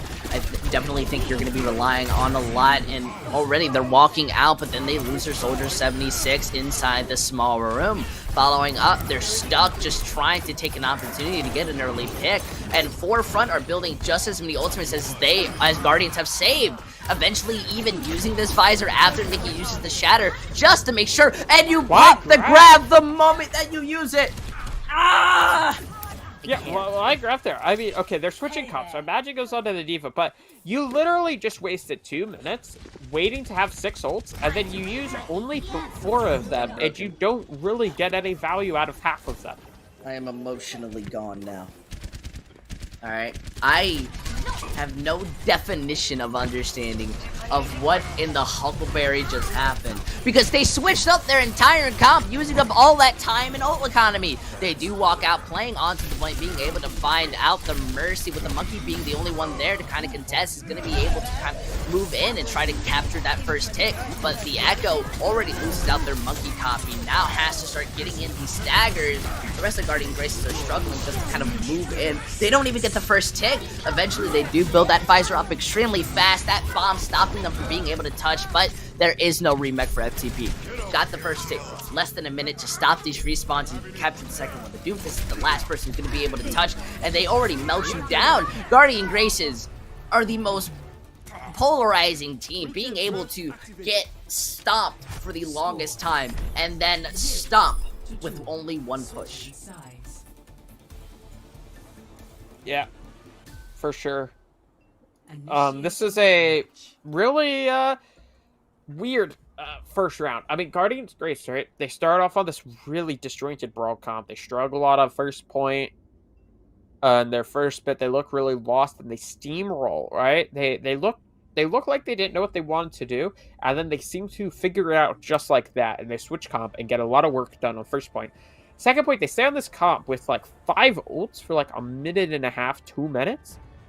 And then they like disjointedly use ults and don't get a lot of value out of them, and then swap comps. It just is. They look very disjointed, Guardians Grace does. And then when they switched comps, though, all of a sudden, when they switched to a comp that had a cohesive plan and idea to it, they ended up working a lot better. So I am a bit worried that Guardians Grace are going to continue this streak of using weird comps that don't really make sense, either being punished by Forefront using more normal comps, but who knows. They're going to run a fairly decent comp here on the defense. Doomfist, though, once again, with the Soldier. That's the weirdest part about it. But Forefront, they're going to run out on this strange dive comp that we saw them run on the defense to start things off. Hey, anything's possible in this world of Overwatch gaming. We are seeing Forefront now set up, running onto this dive on the aggression side, while Guardian Grace is more of a kind of interesting dive than anything, having that Doomfist and Soldier. They do freely get this rotation without much of a worry, and even forcing Mickey to have to use, Mickle, more of it, to use that resource just to be able to disengage. They now take over the high ground, which the true brawl takes place. Yet Reddit is behind them, being able to pump in that damage, forcing the Mercy to, not the D.Va tries to do too much. The Doomfist eventually getting hit with those stickies, taken out.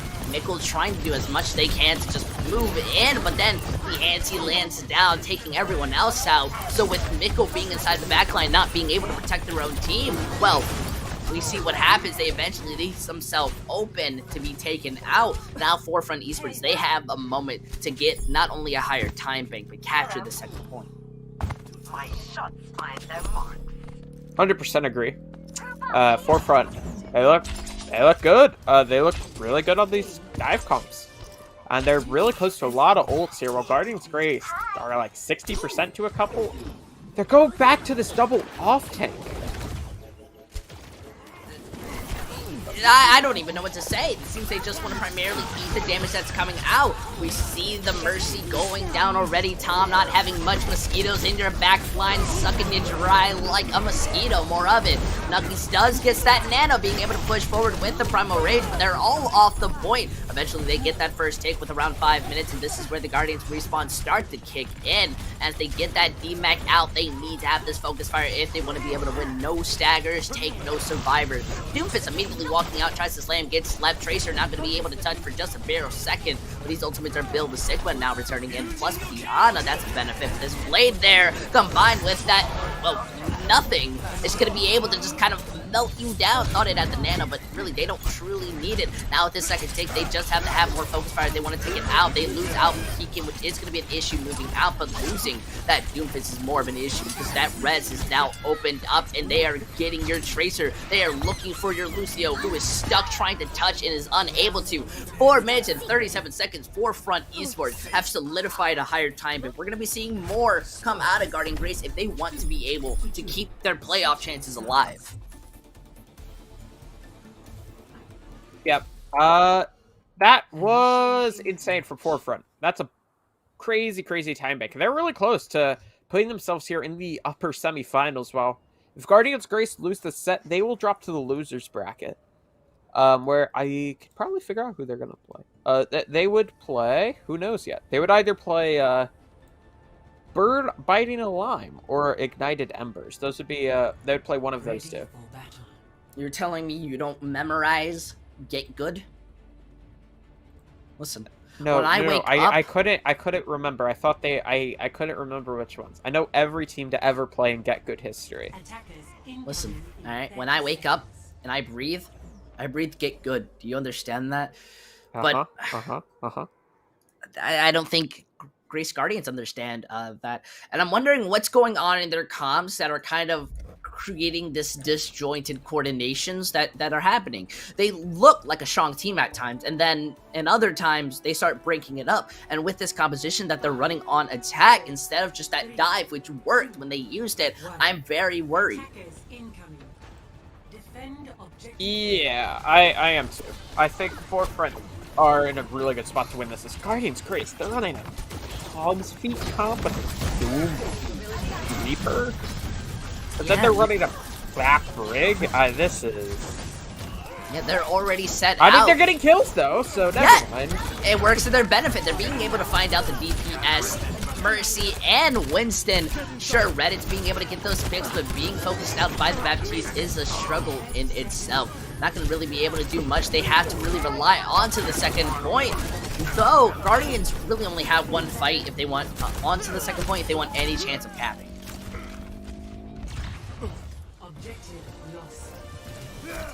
Yeah, definitely. This is looking pretty good here for the side of Guardians Grace. They have shocked me with the fact that they managed to even get a first point cap here. But we'll see what they're able to do here following into second.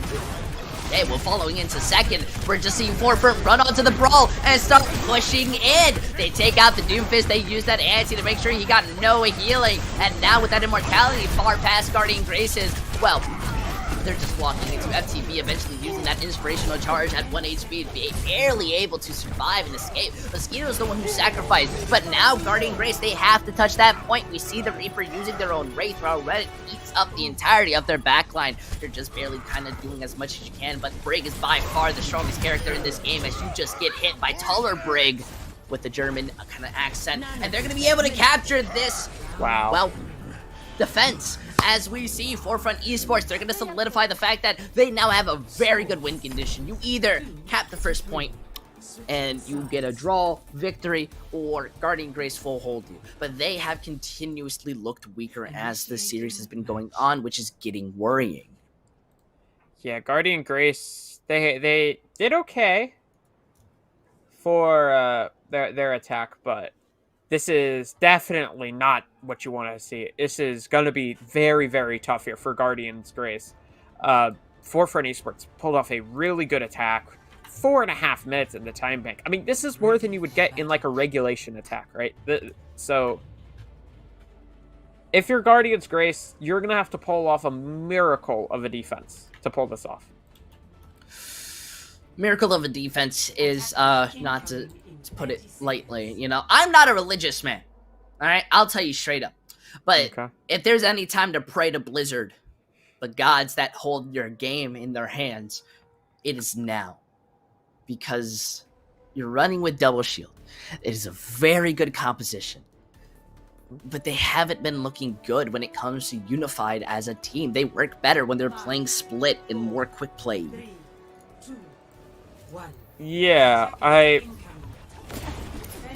I feel good about Forefront, though. I mean, this dive comp they've liked to run, they've looked way better on the attack than they have on the defense with it. It is definitely more tacky favored comp, so I'm feeling pretty good about Forefront still. But Guardians Grace, they're going to try to come out with a double shield here, Widowmaker and an Echo for them. You're going to see this Mercy pocket the Echo too, because there's a dive comes through onto this main core of Guardians. Yeah, they're already forcing out that immortality, so Perry and the entirety of the side of Guardian Graces, they drop off the point. Though they get a trade. Tom for Reddit, that's pretty good. Except that Reddit gets rezzed, and now your entire team is being dived in their own backline. Though Tron's able to find out Mosquito, and eventually Will's going to be falling down. They are stuck inside these small corners, not getting much, but that was a very nice clean headshot, and D-Mech. Although it's just not enough, you're going to have to bring it back when it comes to the second fight, because it is now or never. Yeah, there's going to be 4 minutes here for Forefront to capture 1 tick, or a little less than, to capture a single tick here on second point. Bastion from Tronus here. Maybe a bit of a desperate pick, but see what they're able to do with it. Forefront don't have a ton of ults to work with here coming in second. You're going to have the nano boost.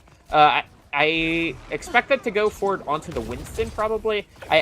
They might actually just save it, honestly, till they get Blade, because they have so much time. They need to win like half of a fight.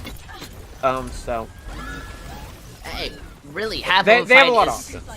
Yeah, I am more impressed to see this Bastion come out. That's a true desperation move, but then the Bastion immediately leaves the fight, sacrificing Guardians to the Wolves as they lose too. And then they come out to try and stop this res, but it's there. The Mercy even using the gun. Guardian Graces now coming out. We see that Blade get broken out. The copy going on to the Bastion, funny enough. So, hey, that's a little bit of awkwardness than anything. Yet, Front 4 Esports, they still have the picks than anything. They even managed to boop around the Bastion, stopping them from touching. If one person gets off, this Orisa stops doing anything, it's all over in a millisecond, and they are picked. And look at that, the Valk's just not fast enough to be able to touch that point, and Forefront Esports are not taking this L. They are going forward within the playoffs. Wow. Forefront Esports taking a win here. The number 2 seeded intermediate beating, I believe, what was the number 7 seed in Guardians Grace. They put up a decent fight, though. They kept a lot of these maps closed here, but you really saw on Junkertown and then on Anubis the kind of difference in skill in between these two teams, as Forefront put on some really good performances here to advance themselves into the upper bracket, where they will either be playing LSFC or Haven, or the University of Haven varsity. So those will be either of those teams they will play. It's yet to be known, though, as this is really good for Forefront Esports, right? You get yourself into the upper semifinals. You're really close to getting a match with Paradise Tempest, most likely, who is the number 1 seed in the playoffs. If the favorites win their matches, that's who they would play in the upper finals. So you have a lot to look forward to if you are Forefront Esports. I definitely have to agree, but you also have to be worried about the competition that lays ahead. I think we can both agree that going inside a loser's bracket is much more favorable than anything, but, you know, it looks a lot worse. And I know what you're thinking. How is that possible? I solely think just because being in the loser's bracket means that you're going up against a team that has already lost. So if you're just like throwing, knowing that you can beat in the winner's bracket, you just want an easier ride, you can get yourself up there free. No sweat or doubt. But Guardian Graces, they have an uphill. Yeah, Stop looking at me like that. I'm looking at you like that because you said going to get into the uppers finals is easier than going through the losers bracket. Oh, I meant like it's easier going through the losers bracket than the winners. All right. Joe, you're in a pantry. Eat something. All right. You look low. You need some blood sugar inside yourself. All I need right. some blood sugar here. Oh, let me drink my tea. My goodness, I still find it's absolutely impressive how this match went, and I do think I'm good now. I'm good now. I do think Guardian Graces have a lot to work on if they want to be able to be in a final championship, if they want to be able to make a difference. They made a lot of questionable decisions that they have to sit down as a team and figure out what's going on and what they can fix. Yeah, I definitely agree, but I believe that is it here for this first match of the day. Of course, one more to go. One more. Ooh, you are right, but I'm not going to tease who it is. I definitely think you should just come back to be able to see. So we'll be right back with GitGud NA after this short break. And when you're gone, I miss your face. Tonight I'll meet you in our favorite place. And just can't let this wait one more day. But I'm scared as hell, and there's just no way to know this goes. And I can't help but say, trusting why you are so beautiful. But it might break me, it might break me, break me. It might break me, break me. It might break me down, I won't lay it down. But it might break me, break me. It might break me, break me. It might break me down, but it might break me. It might break me. It might break me. It might break me down, but it might break me.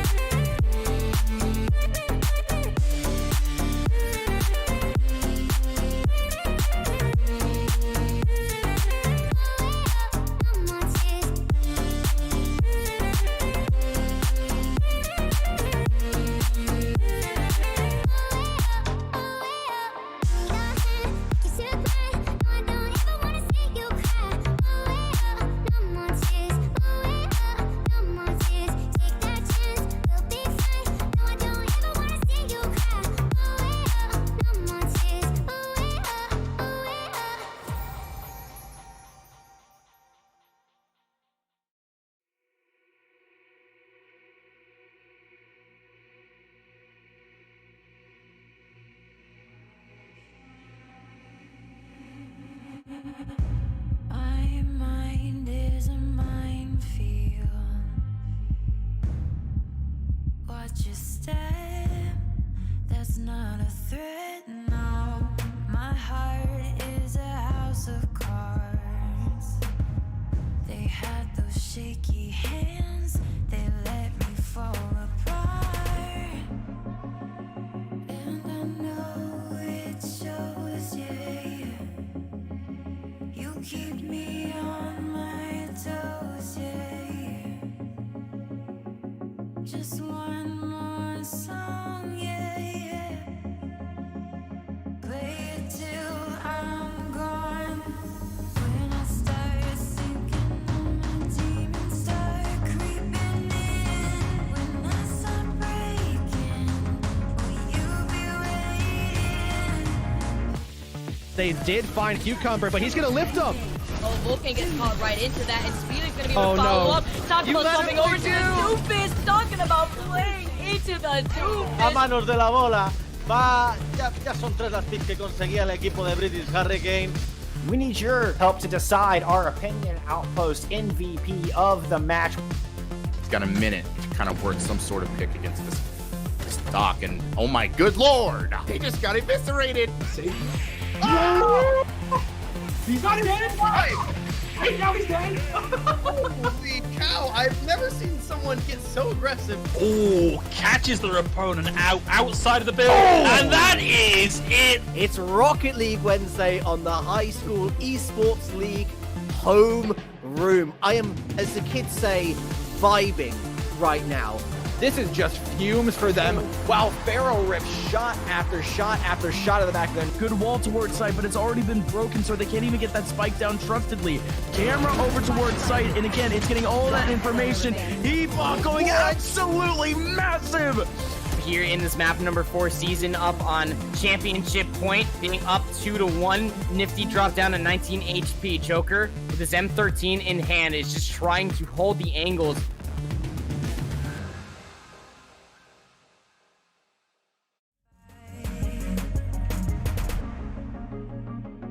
And I know it shows, yeah. You keep me on my toes, yeah. Just one more song, yeah. Play it till I'm gone.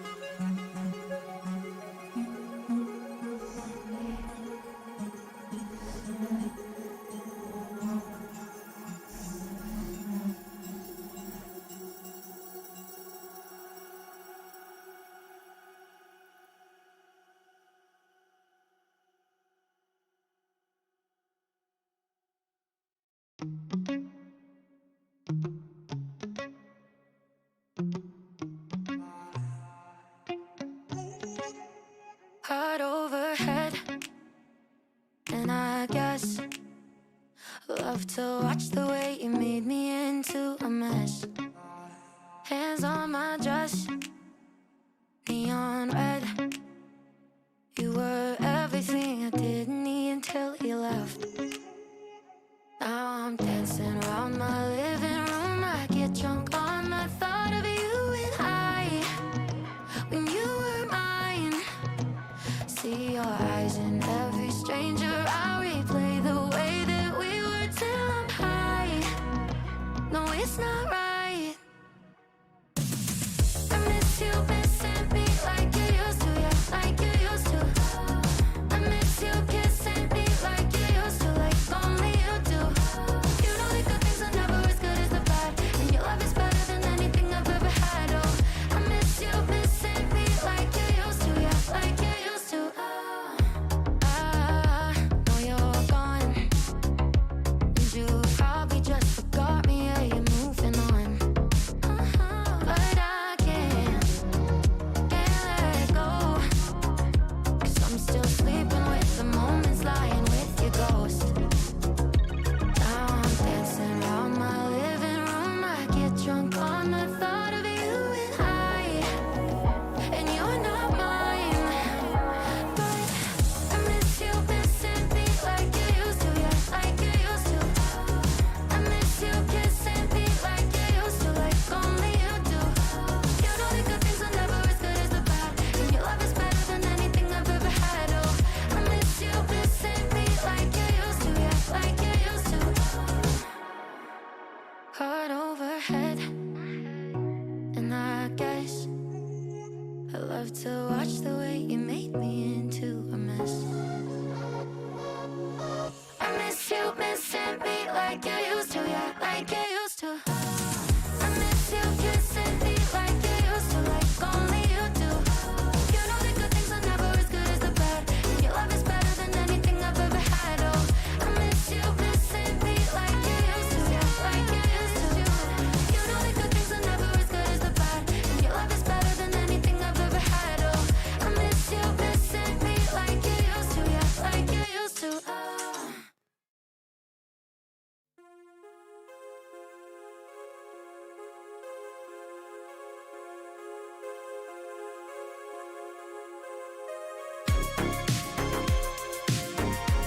Healing that was coming up from them.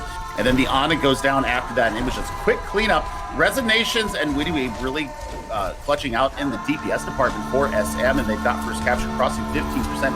Ultimate's coming up online already. You're going to have Deadeye, and look, we've got Grab Dragons available for that test.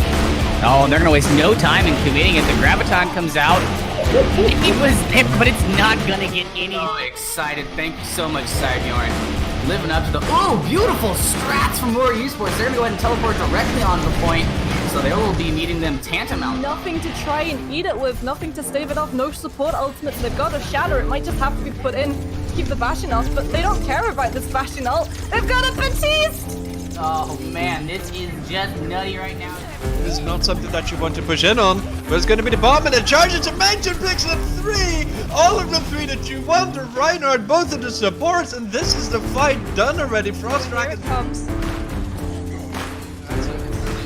It does pull out the Transcendence, but the anti-nade gets. And here comes back on the doomfist. Not half the pilot EMP critically. Starjummer has the Deadeye. No half this time around. Starjummer gonna clean up the fight. Get 3. Get the electric cowboy for dancing effect. This might be the best map for that in all of Overwatch as we see the whole shot and the headshot. With the silk thread shot. Show it off. Is it gonna work really well against the Ghost Confar? As fine as you but you're not gonna get through this. I love watching teams that I haven't seen play before play. It's always thrilling. Round 1. It really is. It's wild cards. It's something you don't get to see at the higher levels. Everybody's at least been seen usually at lower level matches. So this is always a fun experience.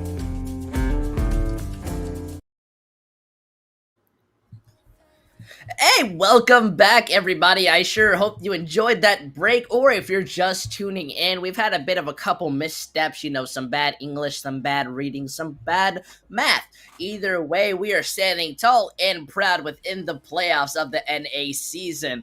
Weird intros aside, I'm username_Into here, joined by Joe Razor as we take one tier up within kind of the Get Good division. Joe Razor, how are you feeling with both of these two amazing teams up above? Yeah, I think both teams are pretty good. They're both pretty good. I mean, of course, they made playoffs, right? They are both pretty good teams throughout the season. You have 4th seeded Celestial and then 5th seeded Charybdis. So both teams have put on good performances, and I'm definitely excited. You look at Celestial, their record over the season, they managed to go 5-3, so not the best record, but Charybdis went 4-4, so only separated by a win, but good enough to make playoffs, and good enough to get the 4th and 5th seed. Yeah, PR Celestial has been one of those teams that I have an on and off relationship of. Because, I see them sometimes played, and then sometimes I don't keep up to them. So they're a team I'm very familiar with, and they've always been a mixed feeling team. Because I'm either seeing them kind of make big mistakes, and that costing them fights, but then they look very good. And I think that's kind of what happens when we're in this ELO. We're at that area where people are really good at this game, but they can be kind of brain dead at times because they're so focused on their own mechanics. Yeah. I think that can be fair. I feel like a lot of times, though, these players have such good game sense and understanding of how to play the game, right? Because, I mean, they're expert. They're really good at Overwatch. So... Yeah, but hey, let's talk about the first map that's coming up. Both of these teams have to kind of focus on that, and it's going to be Busan. This is by far one of my favorite control maps. Better than Lijiang Tower, in my opinion. Lijiang Tower is outrun, outdone, and I'm ready to have overrated, more fun. Man. Exactly. We finally agree on something, Joe. I'm so happy. So it's great to see that we're going to be able to agree. And honestly, what makes you love Busan? For me, I just love the fact that it is inviting to different styles of competitions, but a lot of competitions that focus on rush and team coordination. Those are my favorite parts, especially mecha base, where you can run a Doomfist, and Doomfist is one of my favorite characters. I'm Intel, and I like Doomfist and hate the idea of... That's a pretty based assumption. That was my impression of you. Oh! That's pretty toxic. I'm not gonna lie. I fell for that one. I'll give you that one straight up. But either way, with my sarcasm and anger, exiting my body like a Olympian, we're gonna be seeing these teams run out. Joe, we both know I don't even know what I'm talking about. I make it up as I go, and I get and I look good. All right, that's by far what we're rocking with. Do you understand that? Exactly. Either way, look at these two different compositions. I don't think I've ever seen going crazy, man. Don't even worry about it. I don't think I've ever seen the Wrecking Ball composition played on Mecha Base. The only time I saw it was so I got lucky enough to scrub against Sideshow's talent takedown team, and Avril was their main ticket. He's a ball one trick, so I may or may not have seen it on this map. Oh my goodness. Let's just say it did not go very well. Yeah, and already they are taking very nice rotations, trying to just make that poke, but it doesn't work as well because they're taking so much damage. Kill switch already going to be demagged, and look at that. Ghost is just picked off before anything can happen. Osamu is just feeling fine playing that Reinhardt, pushing forward, and they're going to be able to take full control over the point. I don't see this Wrecking Ball comp being able to kind of have that aggression or style. Yeah, definitely.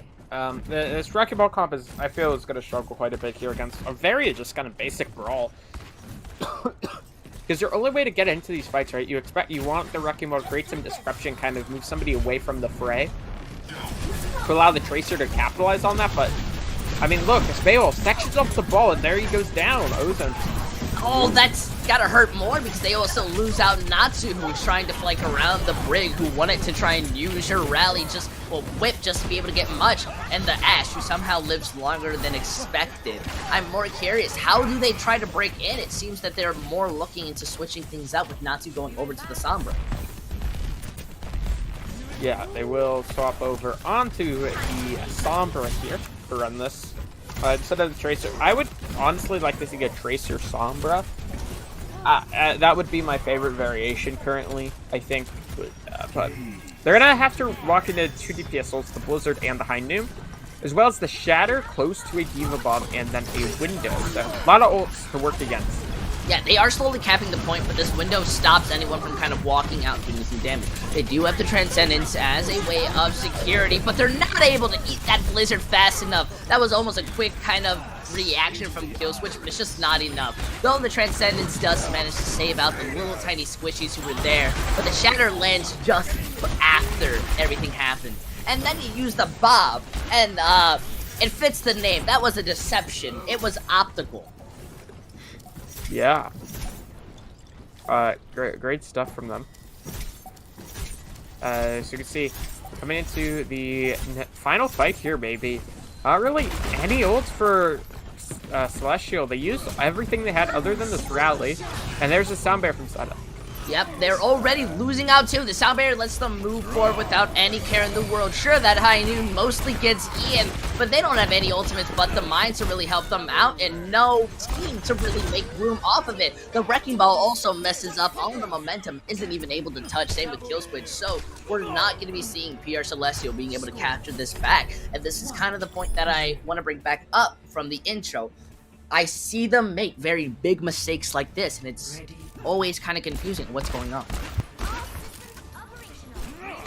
Yeah, they just, I don't know why they chose to run that comp. It feels so out of place here for this map, and it can work, but not on that point, right? This is a point where I would like to see it. I think that is what they're gonna run here, as you'll see Deception go for a Symmetra TP, then swap off to a Tracer most likely, while Charybdis, you're going to see the same thing from Super B, as those are the TPs, and then they both go onto the Tracer. So, pretty similar comps. Big difference is the Echo for Celestial, and then the Pharah for Charybdis.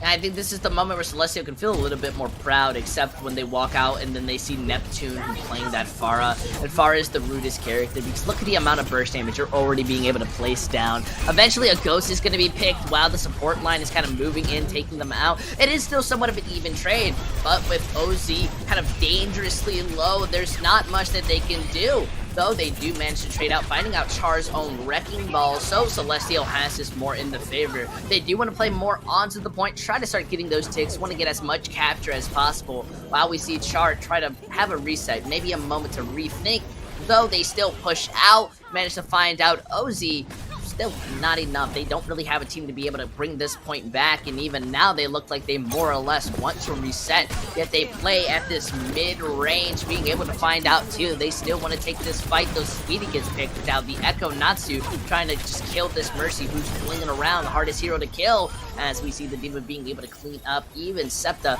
being able to get the res onto Speedy, somehow bringing this back from when they were down. They really don't care what type of advantage or disadvantage they have, they're just happy to get this point. Yeah, so Charybdis answer back, managing to get a cap of their own. 27% knows what Celestial is able to gain. You're going to see, okay. Alright, Speedy. Little bit dirty, not gonna lie to you. Yeah, just a tad bit. It was an optical deception. It was all about a flank more than anything, and that's a little scary. Although they seem to have scouted out OZ. Yeah, Felicity is in the back, forced out. Manages to get alive though. You see his mirror comp now, so no more fair, just the Echo. And there's the difficulty from that. Hey, manages to hit the Tracer. That's not too bad. It's a little weird, but I've seen it work. They're going to be popping out, managing to get that Pulse Bomb and the eventual DMAC onto the D.Va. The Transcendence comes out once Pulse Bomb tries to land, and well, Speedy's just going to be able to escape, but eventually be dived on. Not going to be able to survive, but manages to get OZ low enough to where Neptune can reliably take them out. Though there isn't much when it comes to Char to be able to touch this point. They do manage to get it up to 55, but they've immediately lost it. Yeah, the Transcendence there from Speedy was used due to the Pulse Bomb that came through from Natsu's duplicate. You saw the Pulse get thrown onto Speedy, and then Speedy popped the Trance to try to sustain, to get away from and stay alive. And just gets immediately killed, though, from the Wrecking Ball. Guy coming through on the point, though, Cryptis. Yeah, look at that already. Wrecking Ball's picked down, Pulse Bomb's eaten. Celestial looking nice. That bomb does go out high and just barely misses out. That was a little bit too close for comfort, if you ask me. Yeah, I mean, if it gets thrown out a bit farther, you probably kill both supports there, but slightly misses its target. A lot of ults, though, for Celestial. You're going to have a Pulse Bomb, D.Va Bomb as well, and a Boom Support ult, so a lot of stuff to work with here, as you're going to see Osamu tag on the point if you're trying to draw attention. Yep, look at this already coming back out into the fight. Speedy is managing to find out not to, meaning they're not going to be having that burst damage. And this point kind of being switched up at 82%. Deception just wants to look to kind of poke down the tank and eventually finish off the rest of the support line, because Speedy's not going to be there to protect them. They've already using this rally, well, weird sentence, but still. And now Char is going to be having a lot of issues trying to break through. It's at last fight scenario, and the Transcendence at least is forced out, but it's going to be able to heal them on the point. So it's really not too out of vain. Though this copy does land onto the D.Va. Neptune wants to be able to try to take out anybody, but it seems they're immediately just going to be demeg. And I don't think you're going to be able to get that remeg kill. How? They're landing to get it onto the opposite opponent. Even built at that bomb, throw it, they land it, takes out a ghost, and you're being able to push forward as it just seems Char are going to be able to get these advantages. Though Neptune eventually falls, and it seems they're going to be able to build up that Transcendence fast enough because of Speedy. That entire fight was saved by Neptune, and I can't believe I have to say that. Yeah, I mean, both D.Vas of Cryptis, they combined for 4 kills there. The duplicate, of course, you saw the rematch. The kill is the baby D.Va. There's the actual D.Va of Cryptis managed to come out with 2K towards the end of that fight. Really big plays there to hold on to this. We're kind of nearing last fight territory for this point. Cryptis, one fight away from taking this opening map.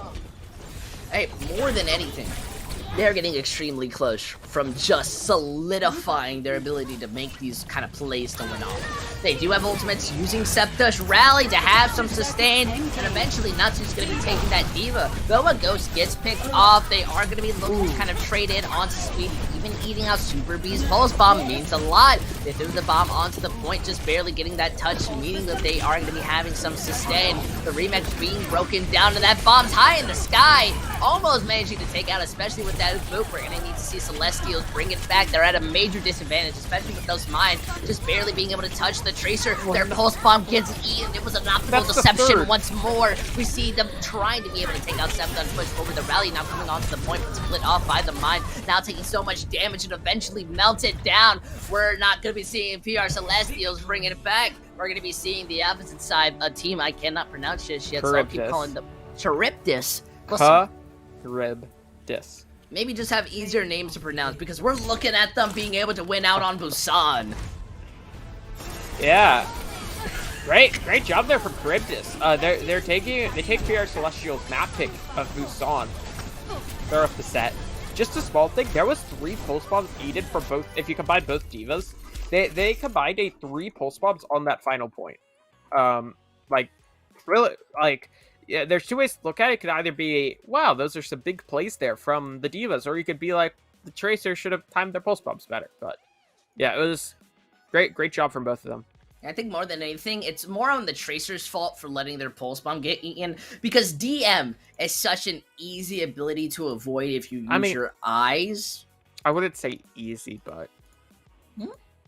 It's a big rectangle that when you drop, it lands down for like half a second. If you bait it out, you've got it, okay? Use your eyes, Joe Razor. And I know you're embarrassed by me, but use your eyes. Okay? What do you mean embarrassed by you? I don't know. I feel like this is something on your record you'll never bring up to your employers. You want them to see me just pulling up my eyelids and saying eyes? I don't think you do. I think more than anything, employers want to be seeing how these teams are going at each other. And I'm feeling like PR Celestial, they look good when they play a composition that they want to play. But even then, I feel they're making very big mistakes. And I don't know whether that's kind of just the engagements, team coordination. I feel that it's not as easy to define with what's seeing wrong. I definitely agree. I think Celestial, they just look, they didn't look bad. They looked bad at the first point, but I think that was more of a competitive, right? The second point where we saw mirror comps for most of it, I felt more of just Charybdis had a bit more of a clutch potential on some of these situations. I definitely would have to agree. And, already kind of setting themselves up for that MVP title is Neptune. I think we can both kind of admit. Yes, Neptune made one very spectacular play, and we're going to talk about that for the rest of the series because that means something. If you're able to make that play, that means something, especially going forward, which is absolutely beautiful. I'm very kind of excited to see the next map move in because more than anything, this is kind of going to not fall into Celestial's point. It's going to be Eichenwald, which feels more of a defensive, passive map rather than a high aggressive wrecking ball composition where you can move forward and just kind of slam your head against the enemies. Yeah, definitely. Eichenwald's an interesting map here. Normally you see maybe like a King's Row, maybe a Hollywood, but it's gonna be Ike here. There's a lot of Orisa is available for both teams. I think Orisa's a decent pick, and on top of that, I think you could also maybe look at pulling out some more ball comps. I definitely think you're right in that sense. I think wrecking ball compositions, they can work on second point, maybe to an extent on first point, which Celestial may look to kind of play. But more than anything, why are they running out both on the wrecking ball composition? Is there something I'm missing in this division? Wrecking ball is pretty good. No, okay. Listen. I know wrecking ball is good. All right, No, I won't no. deny you that. Yep. All right, on a map like this, though, where there are so many corners and turns, the defense, how are they going to be able to protect Speedy? There's so many questions going into my mind, and while I definitely... these comps, you don't really, if you're Zen will die a lot in these comps, but your goal is to kill them before they can kill your Zen, right? Okay. And so when you're playing a mirror like this, or close to a mirror, big difference is the Pharah. It's like, okay, right? The Ana allows them to survive a bit more than like the Zenyatta does. The Ana has a bit more self-sustainability. Yeah, but look at that! Natsu immediately melts down charged Wrecking Ball. Though they do get the res out, making this more of an even fight than anything, they still have to try and play against this without their Mercy, who Natsu eventually picks up. Celestial have so much room to be able to push in, and the character to be able to take these advantages as Natsu once again gets the third pick within the first few minutes of the game. Did you see PR Celestial just pushing forward, going to be able to start getting ticks on this point? Char want to do as much as they can just to try and stop it, but there's not much you could do. They even forced out the Nano, just trying to be able to touch and get a pick, but look at that, Super B's going to be picked off. Neptune on the Echo can't even touch without fear of being absolutely executed. This isn't World War II. You don't really get to... I don't know what I was going with that, so let's just move on and kind of get the analytical spec. I'm going to stop right there. Yeah, probably should. Both team answers will be online for Celestial here. They're going to look to kind of possibly snowball the second point. You're going to see support. You're going to see almost all signal for Celestial, right? Farthest one away is the D.Va Bomb, where you're only at 80% to that. Charybdis, not so fortunate. Only that Pulse Bomb currently online, close to that D.Va ult as well. But if you're able to just kill the Wrecking Ball randomly, I guess that works. Yeah, I can definitely see that. Though, look at this slam, finding out that Wrecking Ball, and now putting pressure onto a Ghost. We're going to be able to pick it up before the Transcendence gets used, and that's pretty much a good side coming out of Celestial. Though this Pulse Bomb is invested, doesn't really find much placing onto the mech. We're seeing the side of PR Celestial kind of just more look for picks and any staggers, especially with Speedy being picked off. This is now in their court. They use the copy. Natsu's going to be able to kind of move in, even build up a bomb, place it down. And if they can get a single pick continuing forward, that means more than anything when it comes to these later fights. Definitely agree. I wonder if Speedy, like, how Speedy ended up killing himself. I wonder if he got pooped off in the game, was misattributed it, or what's up with that. Mine's used here from Osamu. Yep, on top of the high ground. That bomb's going out. It's going to be able to help kind of anyone on top of the high ground, but most people are kind of on the bridge. It does seem Septa wants to use this rally, especially with Neptune winning the Echo 1v1. They're going to be able to push forward. Kill switch now struggling to reach that Transcendence fast enough, has to place that bomb solely to just be able to come back. With Wrecking Ball, Neptune returning into the fray as a Ghost is split off, taken out by Super B. The payload still at a kind of midway point. They were able to push it a lot farther than they really expectedly could, and they're continuing to. Chara having to put more resources in stopping the payload to move than win this fight. Now they're at a major disadvantage as the rest of Pure Celestial are starting to respawn, especially Natsu. But look on the bright side, we're going to be seeing Char kind of end this fight, bring it back into their favor, but that payload is so close to being captured. Yeah, definitely. Pretty close there to capping up, but Celestial get fended off here. 2 minutes have been burnt off the clock already for Charybdis. As you can see, very aggressive plays here. Yep, already moving out, stuck inside that small room. Pulse Bomb doesn't hit much, but it leaves out for the Brig to be focused down. Now with this dive onto the high ground, they just seem to be having kind of a whack-a-mole type of fight. Whoever pops up first is immediately being squished. And the first one who got popped up was Natsu. Though the Mind's in an interesting spot, manages to find out Super B wasn't truly noticing where they were. The rest of the side of PR Celestia looking more to just find anyone out of sight. The entirety of Charge just kind of split up, not really focused down to be on together, more or less. They're kind of just all over the place, which I fully respect. Though with this fight continuing in, the mines are being used inside the backside. Anybody who walks into there is absolutely dead. They're not in the best spot. Though a Ghost is going to be picked off due to the Brig. The rally is making sure that Septa can basically play Asher, Reinhardt, your love, and Neptune onto the Sombra more than anything. Going to be able to come close to this EMP as this fight slowly ends off. Yeah, so Charybdis putting kind of a slower defense here. Celestial not able to break through.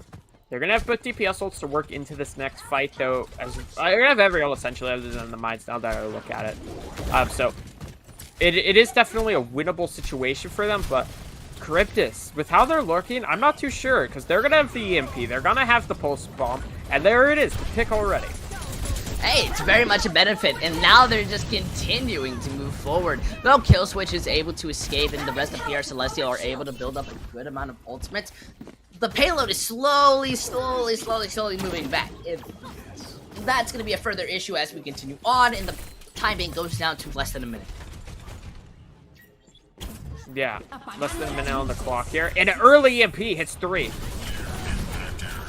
Oh, just looking nice, moving forward. It seems that, well, the EMP was more than enough to solidify this fight, even forcing Char to go back and stop any form of a C9. They will have to reset and come up with a plan B. Yeah, I mean, they had 5 minutes, now only 30 seconds for Celestial. Charybdis are playing so aggressive here in a lot of early fights. Drop that EMP, crucially hitting both supports, and the Diva as well, and the Pulse Bomb to finish that off. Still a lot of ults for Celestial. Yeah, look at this. Celestial wants to use that rally very early. Oh, he got kicked out of his pulse. Comes out. That's absolutely critical. I didn't even notice. I thought Deception just threw it out inside the wild, and then eventually Deception's gonna fall due to dishonor. You know, commit seppuku. Not gonna be able to live from that. Now stuck inside this small house. They have to touch this point. A Ghost using this Transcendence just to be able to come back. It seems that the mech is going to be eventually broken down on the side of Char, and well, they're kind of in a mid zone, but the Wrecking Ball gets picked this early. That's not going to be looking good. Whip shot must have been able to prove that Sho's trying to tell me up, but I'm going to keep talking over him as Natsu gets antied and eventually picked off. Though the Sombra's going to be able to escape and Speedy's going to be picked off. The rally there is more than enough to sustain. Pulse bomb landing down in the air, manages to take out the Brigida. And this is where Char finished off with that EMP that Neptune has built lickety split. Just seems that PR Celestial are not going to be able to bring that momentum from the first push to be able to bring it to the third, because they don't even get to capture the second one, and we're going to be seeing them have to try and make a very good hold if they want to continue this series. Well, not at a major disadvantage of a 2-0. Yeah, really good stuff there from Charybdis. I mean, a 5-minute tie bank for Celestial coming into that point. And guess what? Well, Charybdis came with the goods. Held for super long. You saw some really aggressive plays there set up by Osamu, and then some really good anti-nades from Speedy to hold this a kind of close hold. And then Neptune with some big EMPs, and then Super B, of course.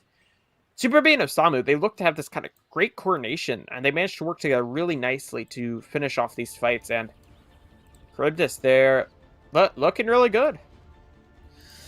You know, I can't say that you're wrong. I No, definitely because I'm right. Ah, that's true. All right. I just never like to admit that you're right. I know. More than anything, I'm more interested to see how they try and really take this defense. I think PR Celestial, they looked a lot better. They got their head in the game and they looked a lot stronger, though, as it went on. They've been weaker, and that's been a repeating issue. I think if they truly want to be able to move into the playoffs. And remember, there's teams like Chip Club who are absolute apes in the scene. All right? You need to have more consistency when it comes to these games, and now I'm wondering to see this Shadow Die versus the Wrecking Ball comp. Who will win the coin flip? 2, 1. Attackers incoming. Yeah, it's going to be Shadow Dive. It will be the defensive look. The attack will be the small comp that Charybdis had a lot of success on. And you're going to see Osamu putting some pressure on the point. Yeah, it seems the Wrecking Ball is going to be kind of pressured out by Natsu, but they both have to escape. They're more focused on taking out the Zenyatta and Brig, who are stuck inside the backline, and then they immediately get the second tick. But I think they're going to lose the entire point! How? They were just about to touch. They were on point. Let me talk, Intel. Let me sound smart. So you saw the Wrecking Ball, the Tracer, and the Sombra.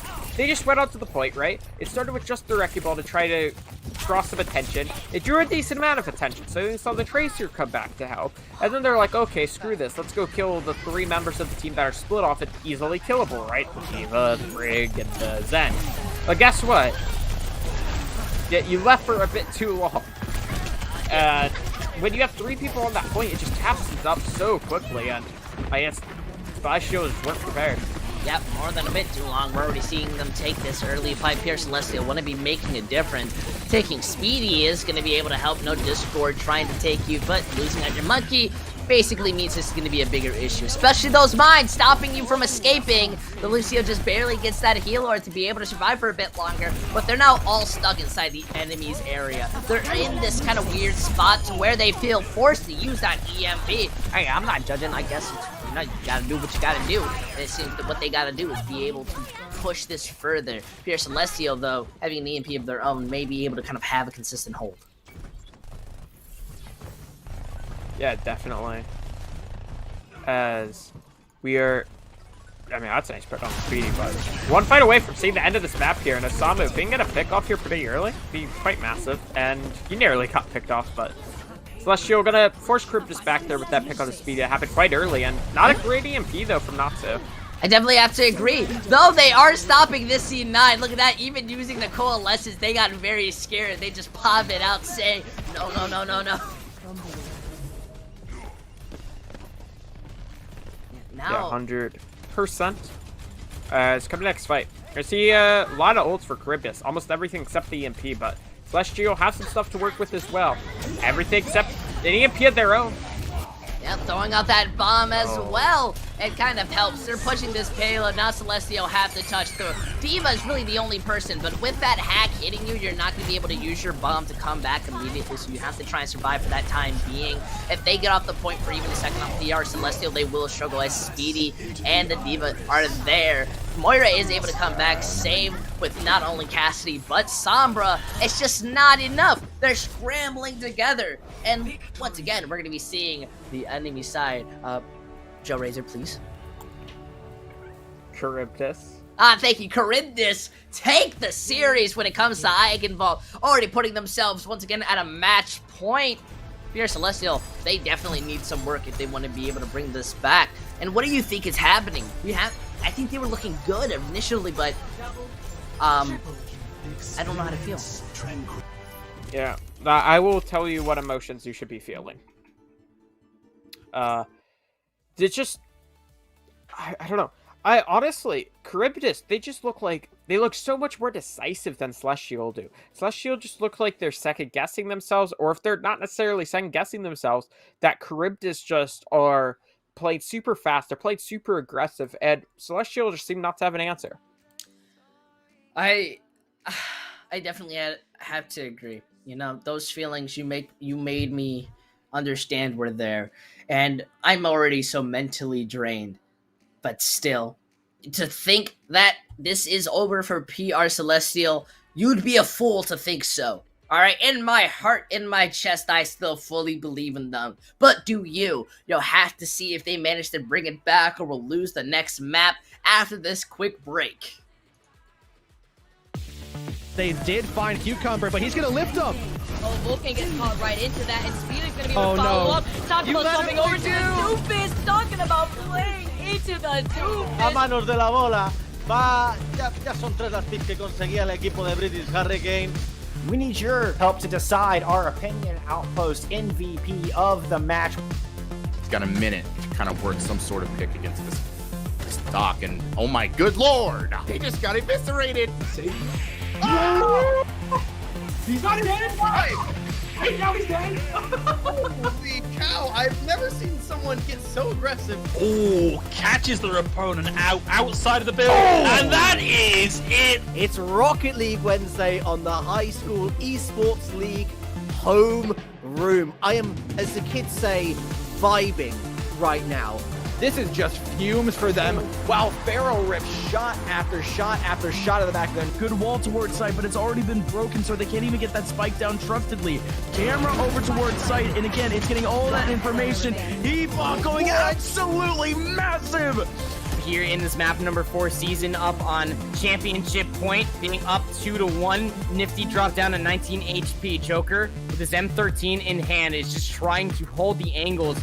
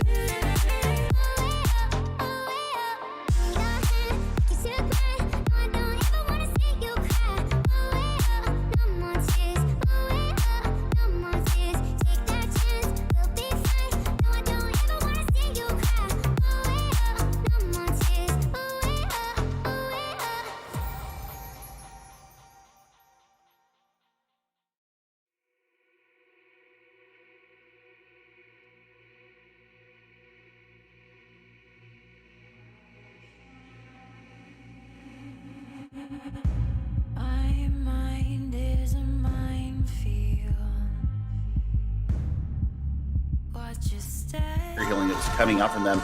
And then the Ana goes down after that, and it was just quick cleanup. Resignations and Witty really clutching out in the DPS department for SM, and they've got first capture crossing 15%. Ultimate's coming up online already. You're going to have Deadeye, and look, we've got Grab Dragons available for SS. Oh, and they're gonna waste no time in committing it. The Graviton comes out. It was there, but it's not gonna get any. So excited. Thank you so much, Sidebjorn. Living up to the beautiful strats from More Esports. They're gonna go ahead and teleport directly onto the point. So they will be meeting them tantamount. Nothing to try and eat it with, nothing to stave it off, no support ultimates. They've got a shatter, it might just have to be put in to keep the Bastion ult, but they don't care about this Bastion ult. They've got a Batiste! Oh man, this is just nutty right now. This is not something that you want to push in on, but it's going to be the bomb and the charge into Mansion Pixel 3! All of the 3 that you want, the Reinhardt, both of the supports, and this is the fight done already. Frost Dragon comes. It does pull out the Transcendence, but the anti-mid gets... Here comes back on the Doomfist, not hacked up by the EMP critically. Starjummer has the Deadeye, no hack this time around. Starjummer gonna clean up the fight, get 3, get the electric cowboy for dancing effect. This might be the best map for that in all of Overwatch as we see the hook shot and the Bane with the silk thread shot, show it off. Isn't gonna work really well against the Ghost Confar as fine the UP will find but you're not gonna get through this. I love watching teams that I haven't seen play before play. It's always thrilling. Round 1. It really is. It's wild cards. It's something you don't get to see at the higher levels. Everybody's at least been seen usually at lower level matches. So this is always a fun experience. Bring this back. Overwatch. I just needed a quick moment of silence, everybody.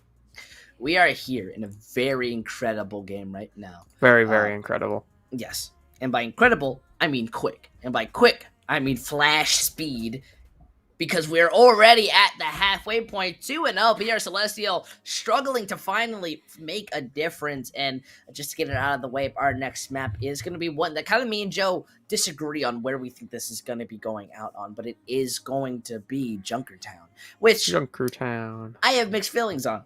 I don't know if this is the greatest map to really play on, especially being down 2-0. Because it is really hard to get it to that third point. I don't think we often see both teams get it to the third point. Yeah. Definitely. Caribus just looks so good. Like they're very decisive. They seem to know what they want to do in every situation, but on the other side, PR Celestial, they seem like they're second guessing themselves a lot of the times, and I don't know if it's gonna work very well for our next map in the set. It's gonna be Junkertown, everybody's favorite map. Yeah, it's very much mixed feelings because as much as I understand that the Wrecking Ball composition works, it doesn't really do well on second point, and there's a lot of issues going on when it comes to, I just want to be able to see them kind of shine and go out, but there's a lot of fundamentals that they're kind of breaking down on, and it's truly showing at this point. Yeah, I definitely agree. I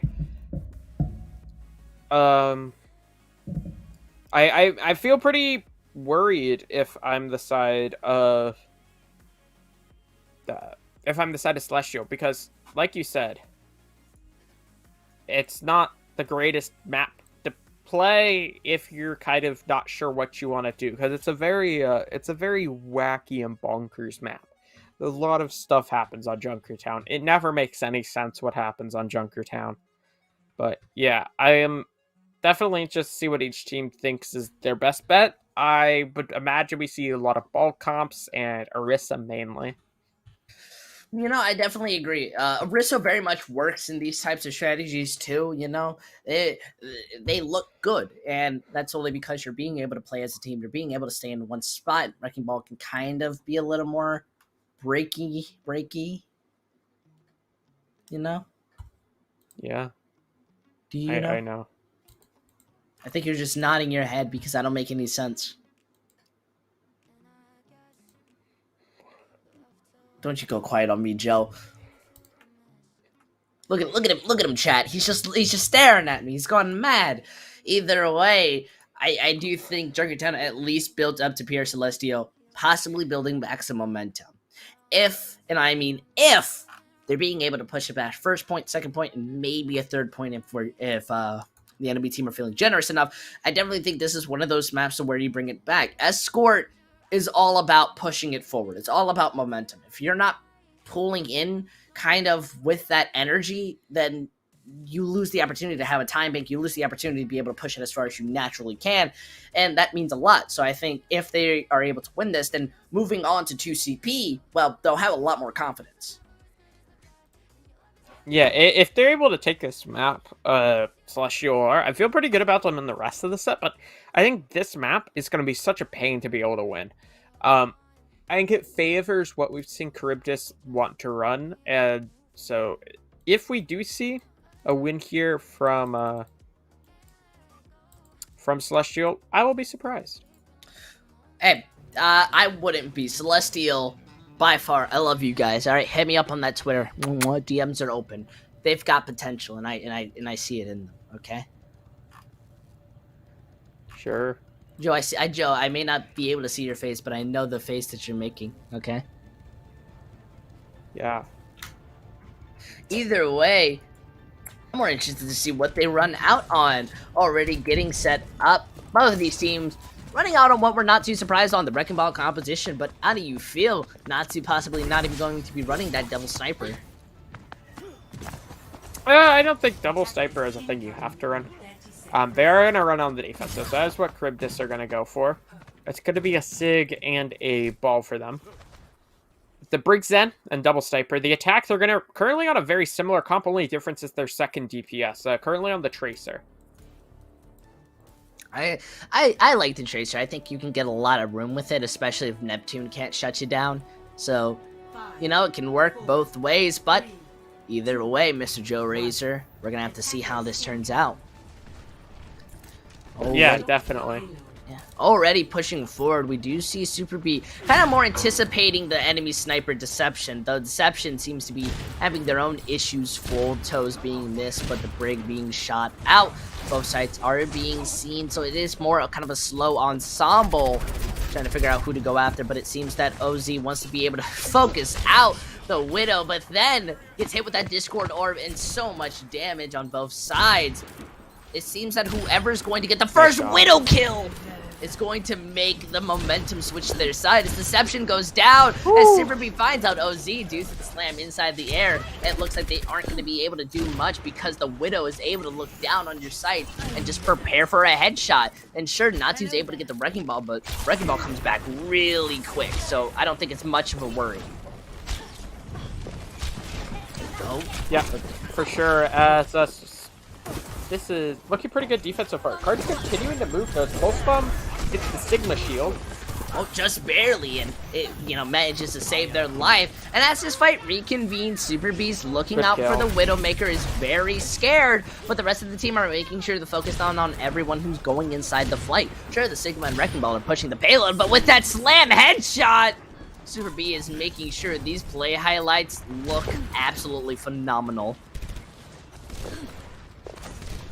Yeah, definitely, as Charybdis looking pretty good here.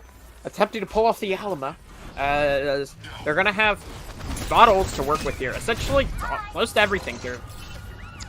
But the attack, not so fortunate. Flux and Transcendence, all they really have. Hey, Transcendence and Flux are very much two good ultimates to try and play against. It's rather how the enemies react to it. They use the Rally and Transcendence the moment that Gravitic Flux pops out, and the Dragons get forced onto the high ground, meaning that they're in a very uncomfortable position to be able to pump that damage. Though the mine's going inside the backline, Deception is still set up, looking for that flank Hysteria. Using that Transcendence, really it's not going to be able to heal anyone up, and it seems that Neptune's going to be taking that Widow 1v1 and losing because you're not a Widowmaker, you're a Hanzo, and what are you going to do? Deception's just going to go inside your backline, take out Speedy, and now it's going to take longer. This is kind of a really good opportunity for them to start pushing back and start, playing aggressive, especially with Deception's using sights, meaning they have the advantage on every sight line. Yeah, definitely. While Swim gets through, here's to stick to somebody. It's going to be Setis. So Setis the one that will get taken down there. Really nice stick. Tracer in the back here has the Discord on it. They need to try to force him out. Look how much space he's bobbing. A great shot from Neptune. With the Sonic Arrow. Bob and Weave does not help you off. out. It does seem that Deception is going to be the one taking out Super B, giving them more room to be able to push forward. With Mines on the point, Char is not going to be able to move forward. They're more struggling to be able to consistently stay onto the point and focus out the Widow than anything. And already, Joe, it's just as I told you. They're going to be able to capture the first point with around 3 minutes or such. So moving on to the second one is where the Wrecking Ball composition is very much a kind of hit or miss. Yeah, definitely. Definitely a little thing. It's going to be a couple ults for the defense, or actually really only one in the mines. The attack doesn't have anything, but they do end up getting the opening pick. I definitely think it's an opportunity for them to be able to work, and they are being able to pump in some damage into Deception. Not even going to be able to do much. As we see Super B eventually getting taken out. It's pretty rude if you ask me. You know, they just want to be able to survive. Though Pierre Celestial, their support line are being focused on as the mines gets placed down. Meaning they're going to have a lot longer of an issue of pushing that payload than Char really does at stopping them from pushing it. Yeah, I mean, this is very strange. The player advance is currently in favor of Celestial. Actually, not anymore due to response, but there was for a bit, but the car was just never moving. As Cryptus are going to continue to win out these fights. Continuing to force them out. Look at that. Osamu is just focusing more on building up an ult charge than really worrying. If they die, as they do, it doesn't matter as much because Deception is gone. And I don't think you want to take a 5v5 because you're without your Wrecking Ball. They don't really care if they don't have their, you know, Hanzo or something, because that means they could just come back. Yeah, definitely. A lot of ults for Cryptus to work with. A lot of ults for Celestial. Pretty even fight when it comes to ult economy. Yep, it seems that the Dragon's Force we got bashed out of it. Use the Gravitic, use the Transcendence, and the Gravitic Flux gets cancelled out. Now, Masarar, or whatever Japanese name you're truly using, is walking out. They save the Gravitic Flux for the rally, popping up in the air. Cancels out, slams down, and really the Zenyatta is stuck inside this small room, dangerously low, though they're just barely able to make it out and trade by getting out that Sigma. The rest of the side of Char are taking an insane amount of damage as the mines are placed onto the point, meaning they move with it. The Wrecking Ball wanting to do as much as they can to make some space, but it seems that Neptune's the one who's going to be giving them that opening onto the Brigida. With kill switch so dangerously low, they can play however way they want. Though Neptune, dangerously low, eventually gets finished. Super B is looking to kind of take out the Zenyatta, gets it. Septa is moving in. And they just barely bring that back off of the first initial pick and the rally. They had no fear to just kind of take it back. Yeah, Celestial continuously pushed out. Cryptus really doing a great job so far on their defense. Last fight here. Not a lot of ults for either sides. You're going to have the Visor pretty early jump, and then the Transcendence for speed will be soon to follow. But those are really the only tools for either team. Yeah, I definitely agree. Look at this, 10 seconds left onto the clock. They're going to have to do as much as they can with that Mega Health Pack hack. It's not really going to be too much of an effect, but Deception has the Visor. That's a big opening. It can take them all out if you use it correctly, but it's a matter of how you take this fight. They lose out their Sigma. Now using the Visor, Super B's not going to be able to live, focusing more onto the Wrecking Ball, but then eventually onto the Brigida. They're going to get that pick out. Transcendence may be used, but it's not really in a good hope. The Sombra is the last person there, besides from the Wrecking Ball, but the Rock manages to throw directly at their face, meaning Pierre Celestial, they're going to keep moving forward. Yeah, definitely. Great job from Celestial to work back into this. They'll have a little over a minute on the clock.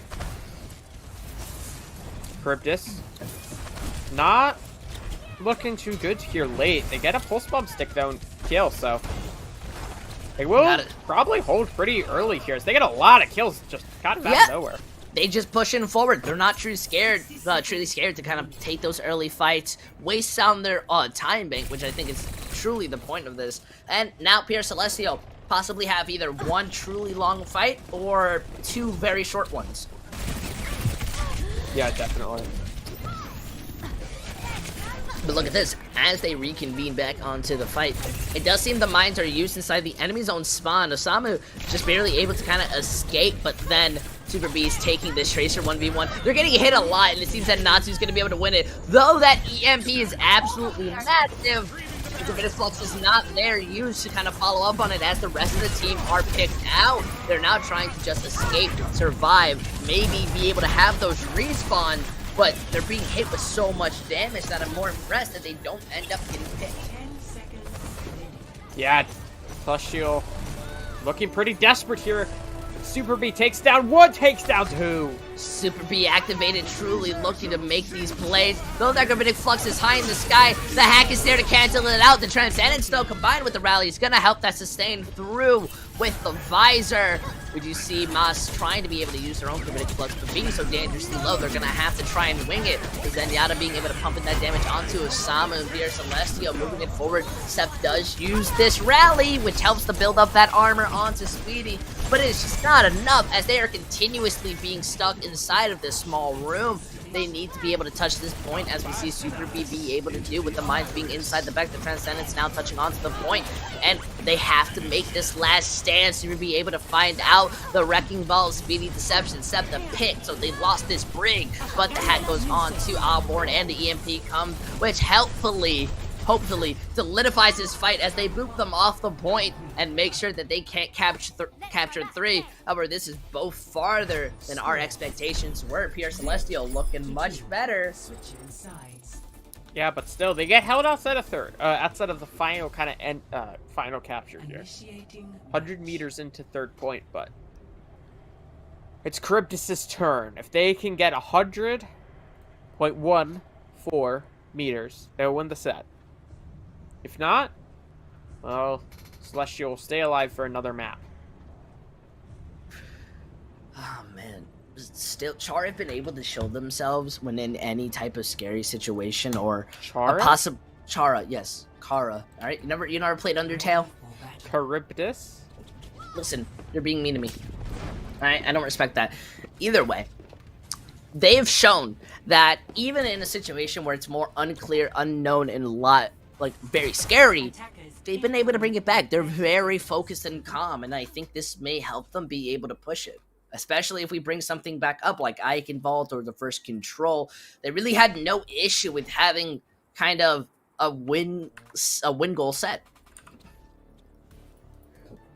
Yeah, you're entirely right there.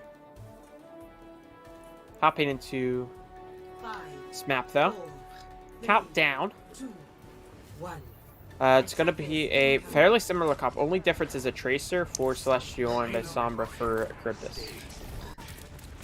It's going to be an interesting take. We already see Super B set up and shot down. That's a little rude coming out of Deception to just kind of make that Widow difference there. But hey, it's one that you really want to set up, especially with your team kind of focusing down Osamu, though it gives up Neptune's own positioning. Deception eventually is going to be picked up, which is a little bit unfortunate with the respawns for the side of Char. They're going to be able to come back much faster. Kill switch now the front line of defense as Osamu goes down, was inside their own back line. Going to be able to defend there and stop anyone from pushing forward. On the enemy side, want to be able to kind of play around, maybe focus out the Zen. It seems that OZ is going to take too much damage, and really Super B takes out Natsu, who's there to be able to follow up on those kind of picks and get a nasty headshot onto Deception. Yeah, and okay. Super B kills 2.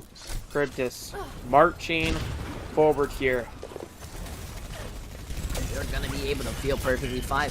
Though the Wrecking Ball is the one putting the pressure back onto the support line and onto the Widowmaker, the rest of PR Celestial don't have any room to move out onto the point. Their lack of confidence truly showed, as we already see Deception looking to take those angles and try to slow this down, but Speedy uses that Transcendence. Deception gets hacked, not going to be able to take out Neptune, and the rest of the side of here, Celestial fighting onto this point, have to do as much as they can, but it's more of an issue against this EMP. Though the rally was out of its range, perfect to be able to help, and the mine stopping kind of the Gravitic Flux to be used as it gets canceled out. A little bit unfortunate, and well, they're going to be able to move forward. Though Pierre Celestial used a lot there. Yeah, they really did. Quite a lot of ults ults. Or, like, yeah, ults committed for Celestial, and not able to win it. I only have the mines left from that engage, and Cryptus, well, they have a Flux and a Rally as well, and building ever so closer to the Transcendence.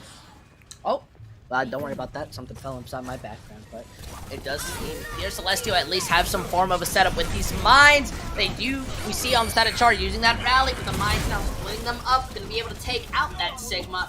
Eventually, the Zenyatta is going to follow close. They're not going to be able to push any farther as that payload kind of hits the bottom peak of the choke, and they're going to have to reset and come up with a plan B. Yeah, I said they only had the mines. And guess what? The mines were what won them the fight. Double kill off the back of it. Big place by Oz.